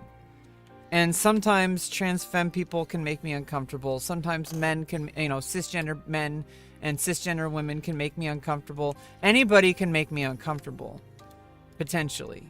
So it's like that's really what I see in a partner, which is why I'm really picky more than most. I don't have casual sex. I've only been with like 4 partners, like 2 men and 2 women. And as far as I know, they're all cisgender. Like they weren't like, I mean, they could have been like, keeping something in secret, but like, like they haven't transitioned. You never really know with people, because sometimes people, they don't, I mean, obviously I think the best way to think about it is to stop guessing and trying to pinpoint exactly what gender or whatever somebody is. And I think this is where the problem comes, where a lot of people, especially like hetero people or cisgender people, I think the problem comes where they're like, they need to treat it like it's some kind of like, I need to know exactly what this person identifies with. I need to know exactly like what, and it's like, no, you don't. Like, just, they're a person. And if they share something with you, that's one thing. But like, if somebody doesn't share something with you, then like, there's really no reason for you to know. Just treat the person as they're presenting you. If somebody's presenting as male, they may or may not be a trans person. Like, they may not be non-binary. They may have their own identity, but if they don't choose to share that with you, then it's not your job to like get that person to tell you. It's, like, just treat people like people. I think in the end of the day, that's really all there is to life. Like, everybody is a person, and it's just like there's really no reason to like have to like label every single thing and know exactly what's going on with people, especially like their genitals. Like, that's like really inappropriate. Like, if you really think about it, they like, you haven't even like I mean, it's one thing. People are like, oh, if I'm like attracted to someone, I need to know what genitals they have. And it's like, do you ask like anybody else like what genitals they have? And it's like really inappropriate if you think about it.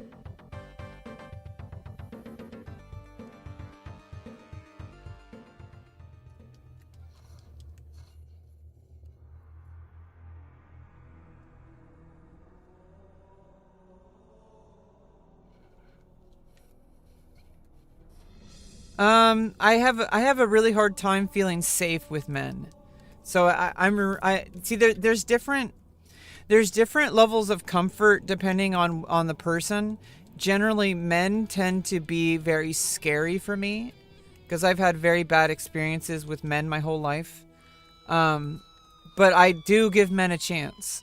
But like I said, I don't really date. I've used a dating app once, and I was I probably shouldn't have met this guy. It was really scary, and it was a situation that if he was a bad person, things would have gone really badly. You like peepees? That's good. I like peepees. I like VVs. I like everything.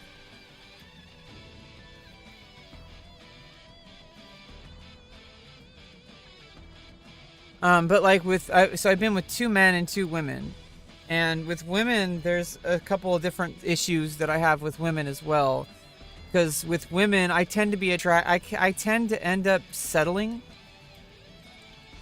In general, I need to be very aware because I end up settling, where I kind of like look past like certain character traits that are toxic or even dangerous.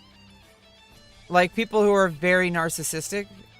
See, that's an issue that goes beyond gender. Like, but it manifests differently in men and women. So I don't know. Like for women, I kind of fall for the crazies. Because I feel like I can't be with somebody that's not crazier than me. But that's a really fucked up way of having relationships. It's not healthy, which is why I'm not with anybody, because I need to work on myself. Because I'm very mature and I'm a grown-up woman. I don't need to like settle. And also with I have not been with a single trans man or trans woman. But I have a little bit of an issue trying to get into a relationship with a trans person because I'm trans. And I'm already going through a shit ton. And it's so exhausting. And I just want... And I know it's like kind of unfair. And maybe casual encounters with trans feminine people. I'm way more into trans feminine people than I am to trans masc. Although I wouldn't be against it if it felt right. I'm very picky, but I am not like gender doesn't play a role. It's just there's certain types I have within each kind of body type. And also personality plays a huge role in that. It has, but it does, there are real differences based on life experience. And the thing is with trans women, I can trust because a lot of the time, because trans women have gone through a lot and I understand that. And so I feel like there's like an understanding between each other. However, I think it's a little too much because I'm already going through it. I kind of want to break from that. If that makes any sense. Might be a little bit unfair. It's not going to be a deal breaker if I'm into the person.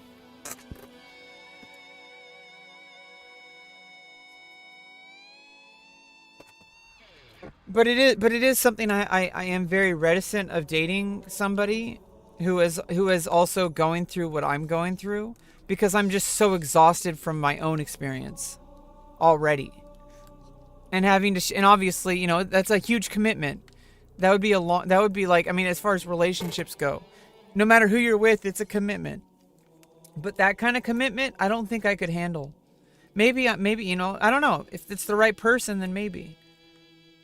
But I don't think I could handle that commitment because I'm already committed to myself. Like, I'm already, going through transitioning. So if I was to be with anybody, it would have to be somebody who's on the same level as I am. Like, somebody who's already moved past a lot of stuff. I would not be able to hold someone's hand. That's just too much for me. I can't hold someone's hand that way because I'm already needing my hand held and I can't do that for someone else. I don't want to, at least. And here's the thing. I don't like deciding things ahead of time. These are just general principles that I follow when having human relationships in general. I try to see red flags, and there's certain things I just don't want to deal with in people. And so if I see those red flags, I could be friends with people, but I generally don't want to get too close if there's some red flags. Maybe not red flags, maybe purple flags? I don't know. Red flags I just don't deal with at all. I'm like, fuck this. I give people chances though. I actually give people a lot more chances than most. I'm a pretty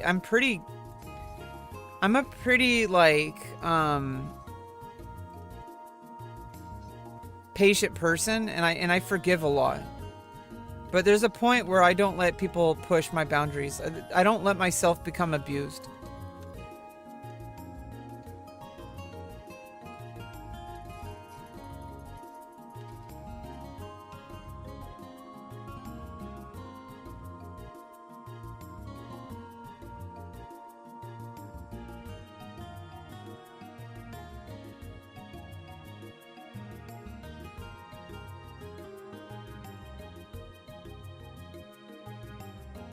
Oh.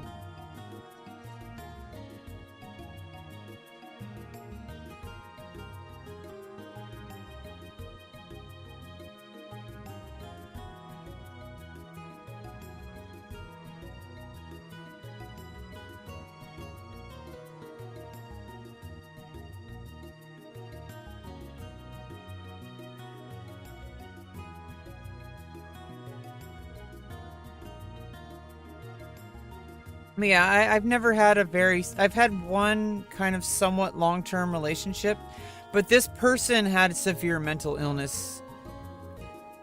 And not that she was bad or anything, but it's just...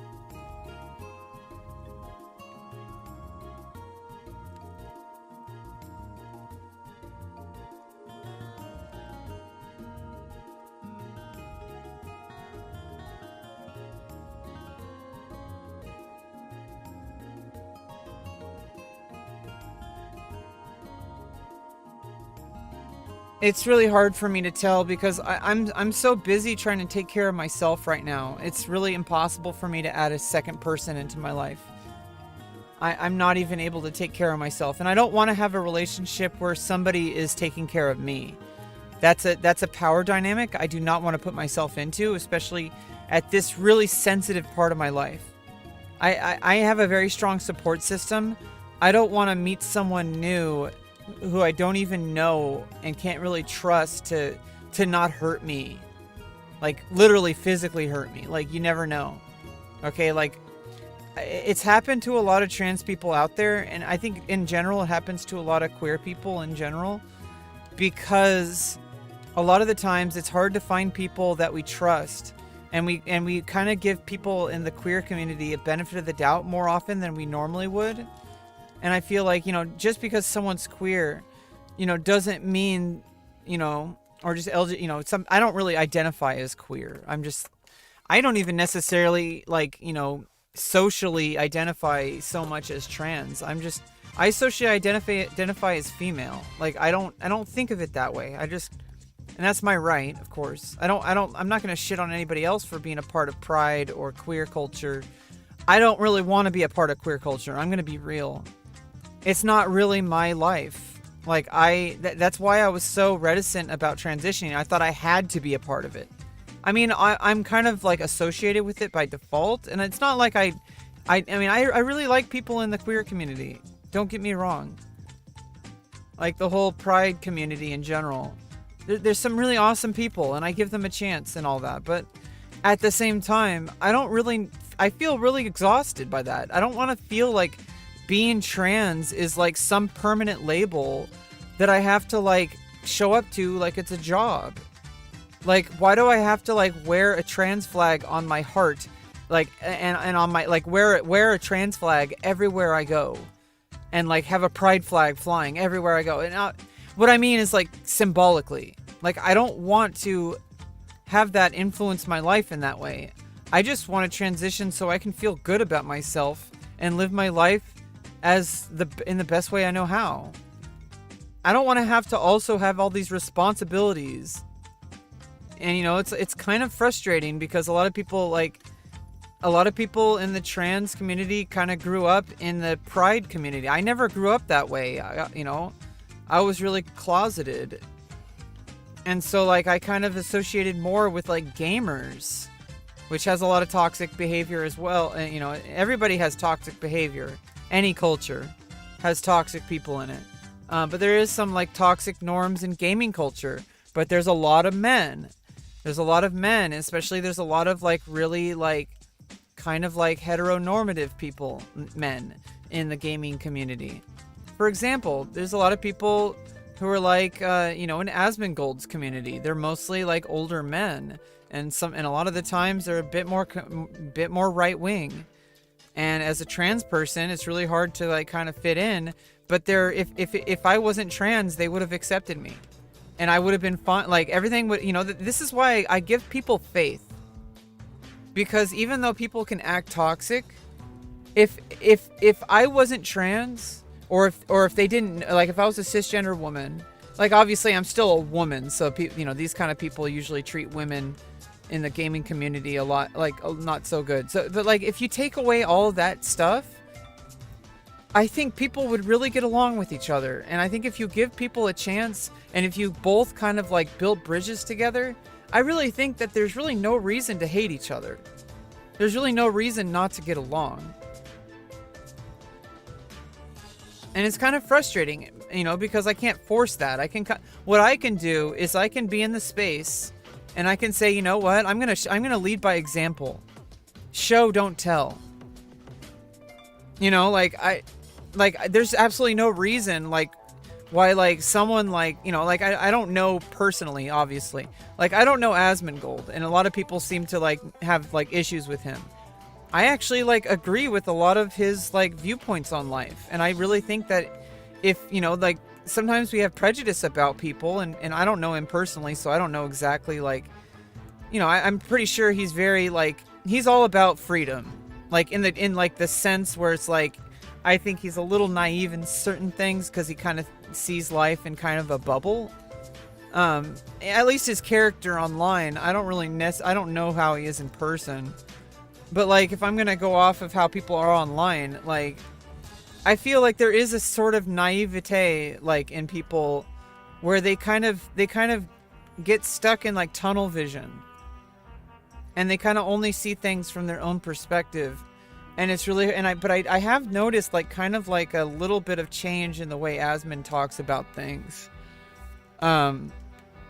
Maybe I'm giving him too much benefit of the doubt, but I feel like I would rather do that than assume everybody has bad intentions. Because I know he feels very strongly about people's bodily autonomy, and like, you know, trans people included. However, I do think that there's a bad taste in his mouth with his experience with trans people online. And I think, you know, I should lead by example. And like, you know, you don't have to like each other, but we should all be able to get along. And I don't even know if I would ever even, like, you know, if it were like a different universe or whatever, I don't know if I would ever be friends with someone like Asmongold. I think I would be pretty put off. But I don't know that because I don't know him, and I don't know and it's not even just him, it's people like him. Because there's a lot of people like him. A lot of his viewers kind of like look up to him, you know, and like he's kind of tasked with, I guess, like shepherding them, I guess. But a lot of those people he disagrees with. It's like, you know, he's very like he's very like pro-choice and very pro-bodily autonomy. Yeah, you can't measure a whole community by their person, because he's just a person who makes content. These people flock to him, and I'm pretty sure he's kind of pissed off at them a lot of the time. You know, especially like, you know, he talks about like, you know, like he was talking about you know, Mr. Beast's friend, Christy. She came out as she, her pronouns, and as a woman. You know, at first she just came out as like any pronouns, but you know, now she declared pronouns. And so it's like he was talking about that, and like people were like civil war, and he's like, hey, like people don't particularly like trans people around the world, and you know, there's going to be people in my chat, people in other people's chat. There's going to be people who don't like trans people everywhere, especially in a global community, which is the internet. It's international. You're going to get people who don't like trans people. There's going to be people who never like trans people, no matter what. However, I would rather be on the side of just leading by example and showing, not telling, that I'm a pretty decent human being. And if people gave, you know, me and other people a chance, maybe we could actually coexist in harmony and bring peace to the world instead of just hating each other. I don't want to just blindly hate people. I will protect myself from people by separating myself from people who are going to, you know, be toxic towards me. That's a different situation. But I think that, like, you know, I think this works on both sides of every issue. Is that if we just straight up, like, don't give anybody a chance, don't give people any kind of charitable, like, you know, maybe this person, like, if they got to know us better, and like maybe if we kind of like didn't just straight up cancel people and not even listen to people, you know, obviously everyone has their own right whether or not they want to listen to people, especially in their own chat. Like, I'm gonna ban people if they're a problem. Like, that this isn't an open forum. Like, this is my forum. You know, this is my, I can make it into an echo chamber if I want. And I feel like I agree with Asmon on his policies for his chat. Like, it's your safe space. People should, you know, there's a lot of shitty places in the world. There's a lot of shitty, like, boundaries being crossed in the world. And the internet, especially as a streamer, you have a unique situation where you have absolute godlike powers over what people talk about, and what your community, like, is like, kind of like your community norms. And so, like, there's not, I agree with him on that, like, it's perfectly fine to, like, if you don't like someone in your chat because of anything, because of any way they're acting that makes you uncomfortable, this is my place. Like, this is my chat. And I'm gonna ban someone if they make me uncomfortable, if they bother me. And so, like, at first, like, I would get really angry and upset about, like, people in the space. And then I, like, more and more lately, I'm like, who the fuck cares? Like, there's bigger issues, and I think more people are starting to see that. And I think Hassan's been, like, a really big proponent. I think Hassan's played a huge role in, like, helping people see the bigger picture and see what matters. Because like Hassan, Destiny, and like Vosh, I think Vosh has some like weird kind of like, I don't know, all three of these people have their issues. I don't think they're perfect. I think Vosh has some issues where he kind of plays a little bit of devil's advocate a little too hard with like weird like ad hominem stuff. You know, as far as like, you know, just playing into memes a little bit too much. I just think that he does a little bit too much of that, and he caters to like the Twitter audience a little bit too much sometimes. Yeah, I like Vosh too, but I do think that he has his issues. Like where he does. No, he's not bad. Jeez, I don't know what this black and white view is. Like, what people have this like black and white view of their creators. Like, anybody who follows Destiny is bad. Anyone who follows, like, dude, I'm not a follower. I just listen to people because I'm a human being. I hate this freaking like cultist mentality that people have. They're like, I'm a DGGer, and they get like, you know, I guess being, you know, they call them fanatics for a reason. I really think that it's fucked up when people are just avoiding the actual issues that these people are trying to like bring to attention and like actually educate people about. Like Destiny, like he's trying to use his platform to try to change minds because he's already changed a lot of super right-wing conservative people. He's helped a lot of people get rid of like a lot of their like, you know, really most like, you know, toxic shit. Everyone's entitled to their opinion and all. And people, you know, but at the same time, there's some things that are just like, they're literally just wrong, like factually wrong, but they're also like not even like open-minded at all, like to any kind of like discussion. And then they say, oh, but you know, I should have an opinion, but like obviously no one's gonna stop you from having an opinion. But like, aren't we trying to like have some kind of discussion to improve as people? Like, what's the point of having an opinion if all you're doing is saying, my opinion matters and everyone else's is wrong? It's like, yeah, they might be, like, incorrect or miss the mark, but that's what conversations are for. That's what getting to know people as individuals is for. And I think Hassan, I think he plays a little bit too much into the kind of, like, the, he's like a beginner introductory discussion person. Like, he kind of reacts to the news, and I think he plays a little bit too far into like some, like, I don't know, he plays into some things a little too much. And Destiny gets a little too hardcore with like being like a bit too edgy. Like he plays a little bit too much into that, I think. But like, I don't think these people are bad content creators. I think they're doing net good for like actually advancing the conversations, actually helping people like get outside of their own way of thinking, because they have, you know, especially Destiny, who goes to like actual in-person events and like talks with conservatives. And some people are like, oh, you're platforming preservatives. Like, don't platform jelly, you know, strawberry preserves. What are we talking about? Oh. Would you mind being the one taking care of your partner? I think it's like, I don't like thinking, I wish people would stop thinking about relationships this way. I really wish people would stop like deciding exactly what their relationship is gonna look like when they haven't even met a person yet. Like they haven't even met the person. They're like talking about some imaginary person that doesn't exist. They're like, they have this idea of what their perfect partner is. You literally, it's a step-by-step thing. You get to know somebody and you figure out what your dynamic is. And it's like, if you decide who that person is already when you haven't even met them, then like, how are you, like, what's the point of that? Like, you don't even know this person.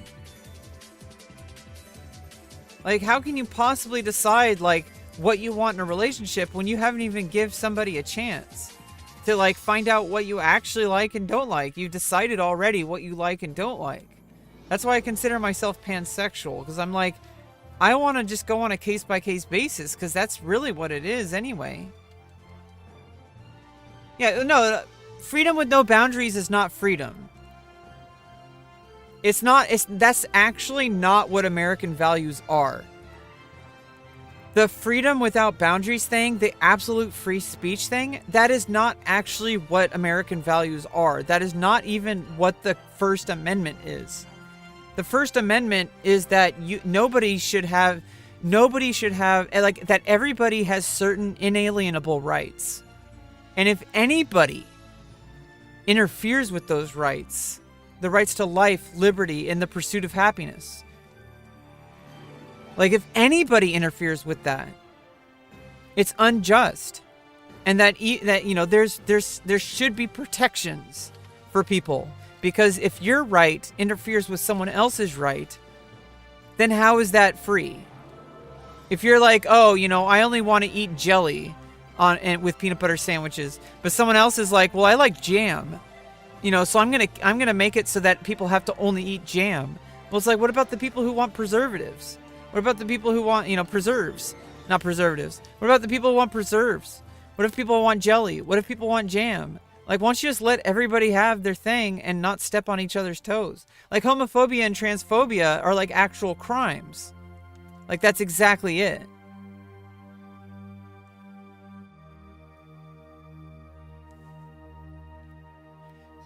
And freedom is actually represented here. See, the people who are talking about freedom here are not the representation of the actual values of our Constitution. Religious freedom doesn't give you the right, like, if you claim your religious freedom gives you the right to like sacrifice, make human sacrifices, well, that's not religious freedom, that's just murder. I gotta go, by the way. I got an appointment.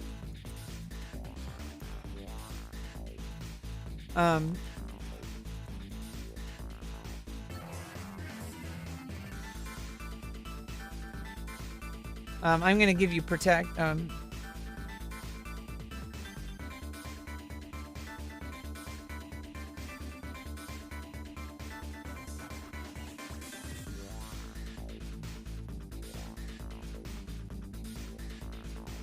Yeah, I got an appointment, so I gotta take care of stuff. I got stuff to do today. I will be back later, but I'm gonna play some chess. I think this is enough Final Fantasy 11 for now. And I do want to play retail more, because my brother plays that, and I want to get caught up with him. So I'm probably going to play some retail later, but I might not at all. I might want to take care of other things besides computer stuff. I might want to just take some time for myself, off stream especially. Take care of myself, go out and get fresh air, touch grass, maybe spend time with a friend. These things are important. They're very important. But yeah, I mean, it's an interesting conversation, and I think more people should understand that, like, your individual freedom has, like, limits, in the sense that, not that, like, your freedom is, like, not worth it, or that your opinions don't matter, but that if your actions infringe on someone else's freedom, then how is that freedom? That's just an infringement. I feel like if you really have, like, take the time to slow down and take the emotions out of it and just have these conversations with people, that I really do feel like people genuinely want to change. Some people don't want to change, and you just have to learn who these people are and separate yourself from them. So don't get it twisted. If somebody is infringing on my comfort to the point of, like, I feel like unsafe, or I feel like someone is bothering me, I don't have to be around that person. That's part of what freedom is. And I hate how people meme this all the time, but it's so true. Because you say, freedom of speech doesn't mean freedom from consequences. People, like, laugh at that all the time, but it's like, what are you talking about? Like, it's so true. Like, what the fuck do you even think freedom is? Like, if you have the freedom to say whatever you want, which isn't even true, because literally is hate speech. There are laws against hate speech. because it fosters an environment that is hostile towards a very specific group of people, and there's no reason for that. But even if, but if you have opinions about people, well, other people have the right to have an opinion about you. But I don't want people telling me what to do. If the people I hate, if the people who hated me had their way, I would be executed. And there's no splitting hairs here. I'm not gonna tell other people what they can and can't do to the point of unless they're hurting unless they're hurting someone, because hey, you don't have the right to hurt someone. But there's more to violence than physical violence. And I don't know if certain people online, I don't actually know if Asmongold gets that. Honestly, it doesn't really matter. He's just another content creator. He's just one person. He's just a dude who plays video games and he shares his opinions online. What does that necessarily matter? But at the same time, I really do think that, as content creators, big and small, I do think that there are, a collective conversation. And I do think that we all kind of have responsibility, especially, I don't know, nobody should be, unless you're, breaking the terms of service, which there's a reason for. You might not like it, but there's a reason for it. Yeah, I can't just, start, doing, porn on Twitch. I just can't do that. It's against the terms of service. I can't just, but, some, there are, you can't do certain things, but you can do other things. I could do a hot tub stream because that's not inherently sexual. That's not, having a bathing suit on isn't inherently sexual. But people are gonna find it sexual, but that's their own prerogative. People find like a woman wearing a sweatshirt and playing Valorant. They see that at get on. I just logged out.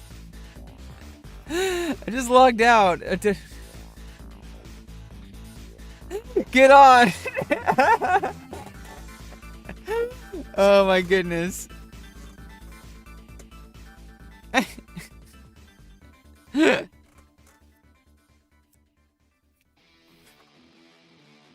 there's certain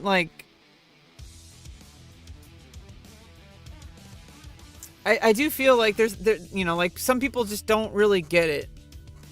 I do try to keep an open mind and understand that, yeah, I'm gonna have values that other people aren't going to follow.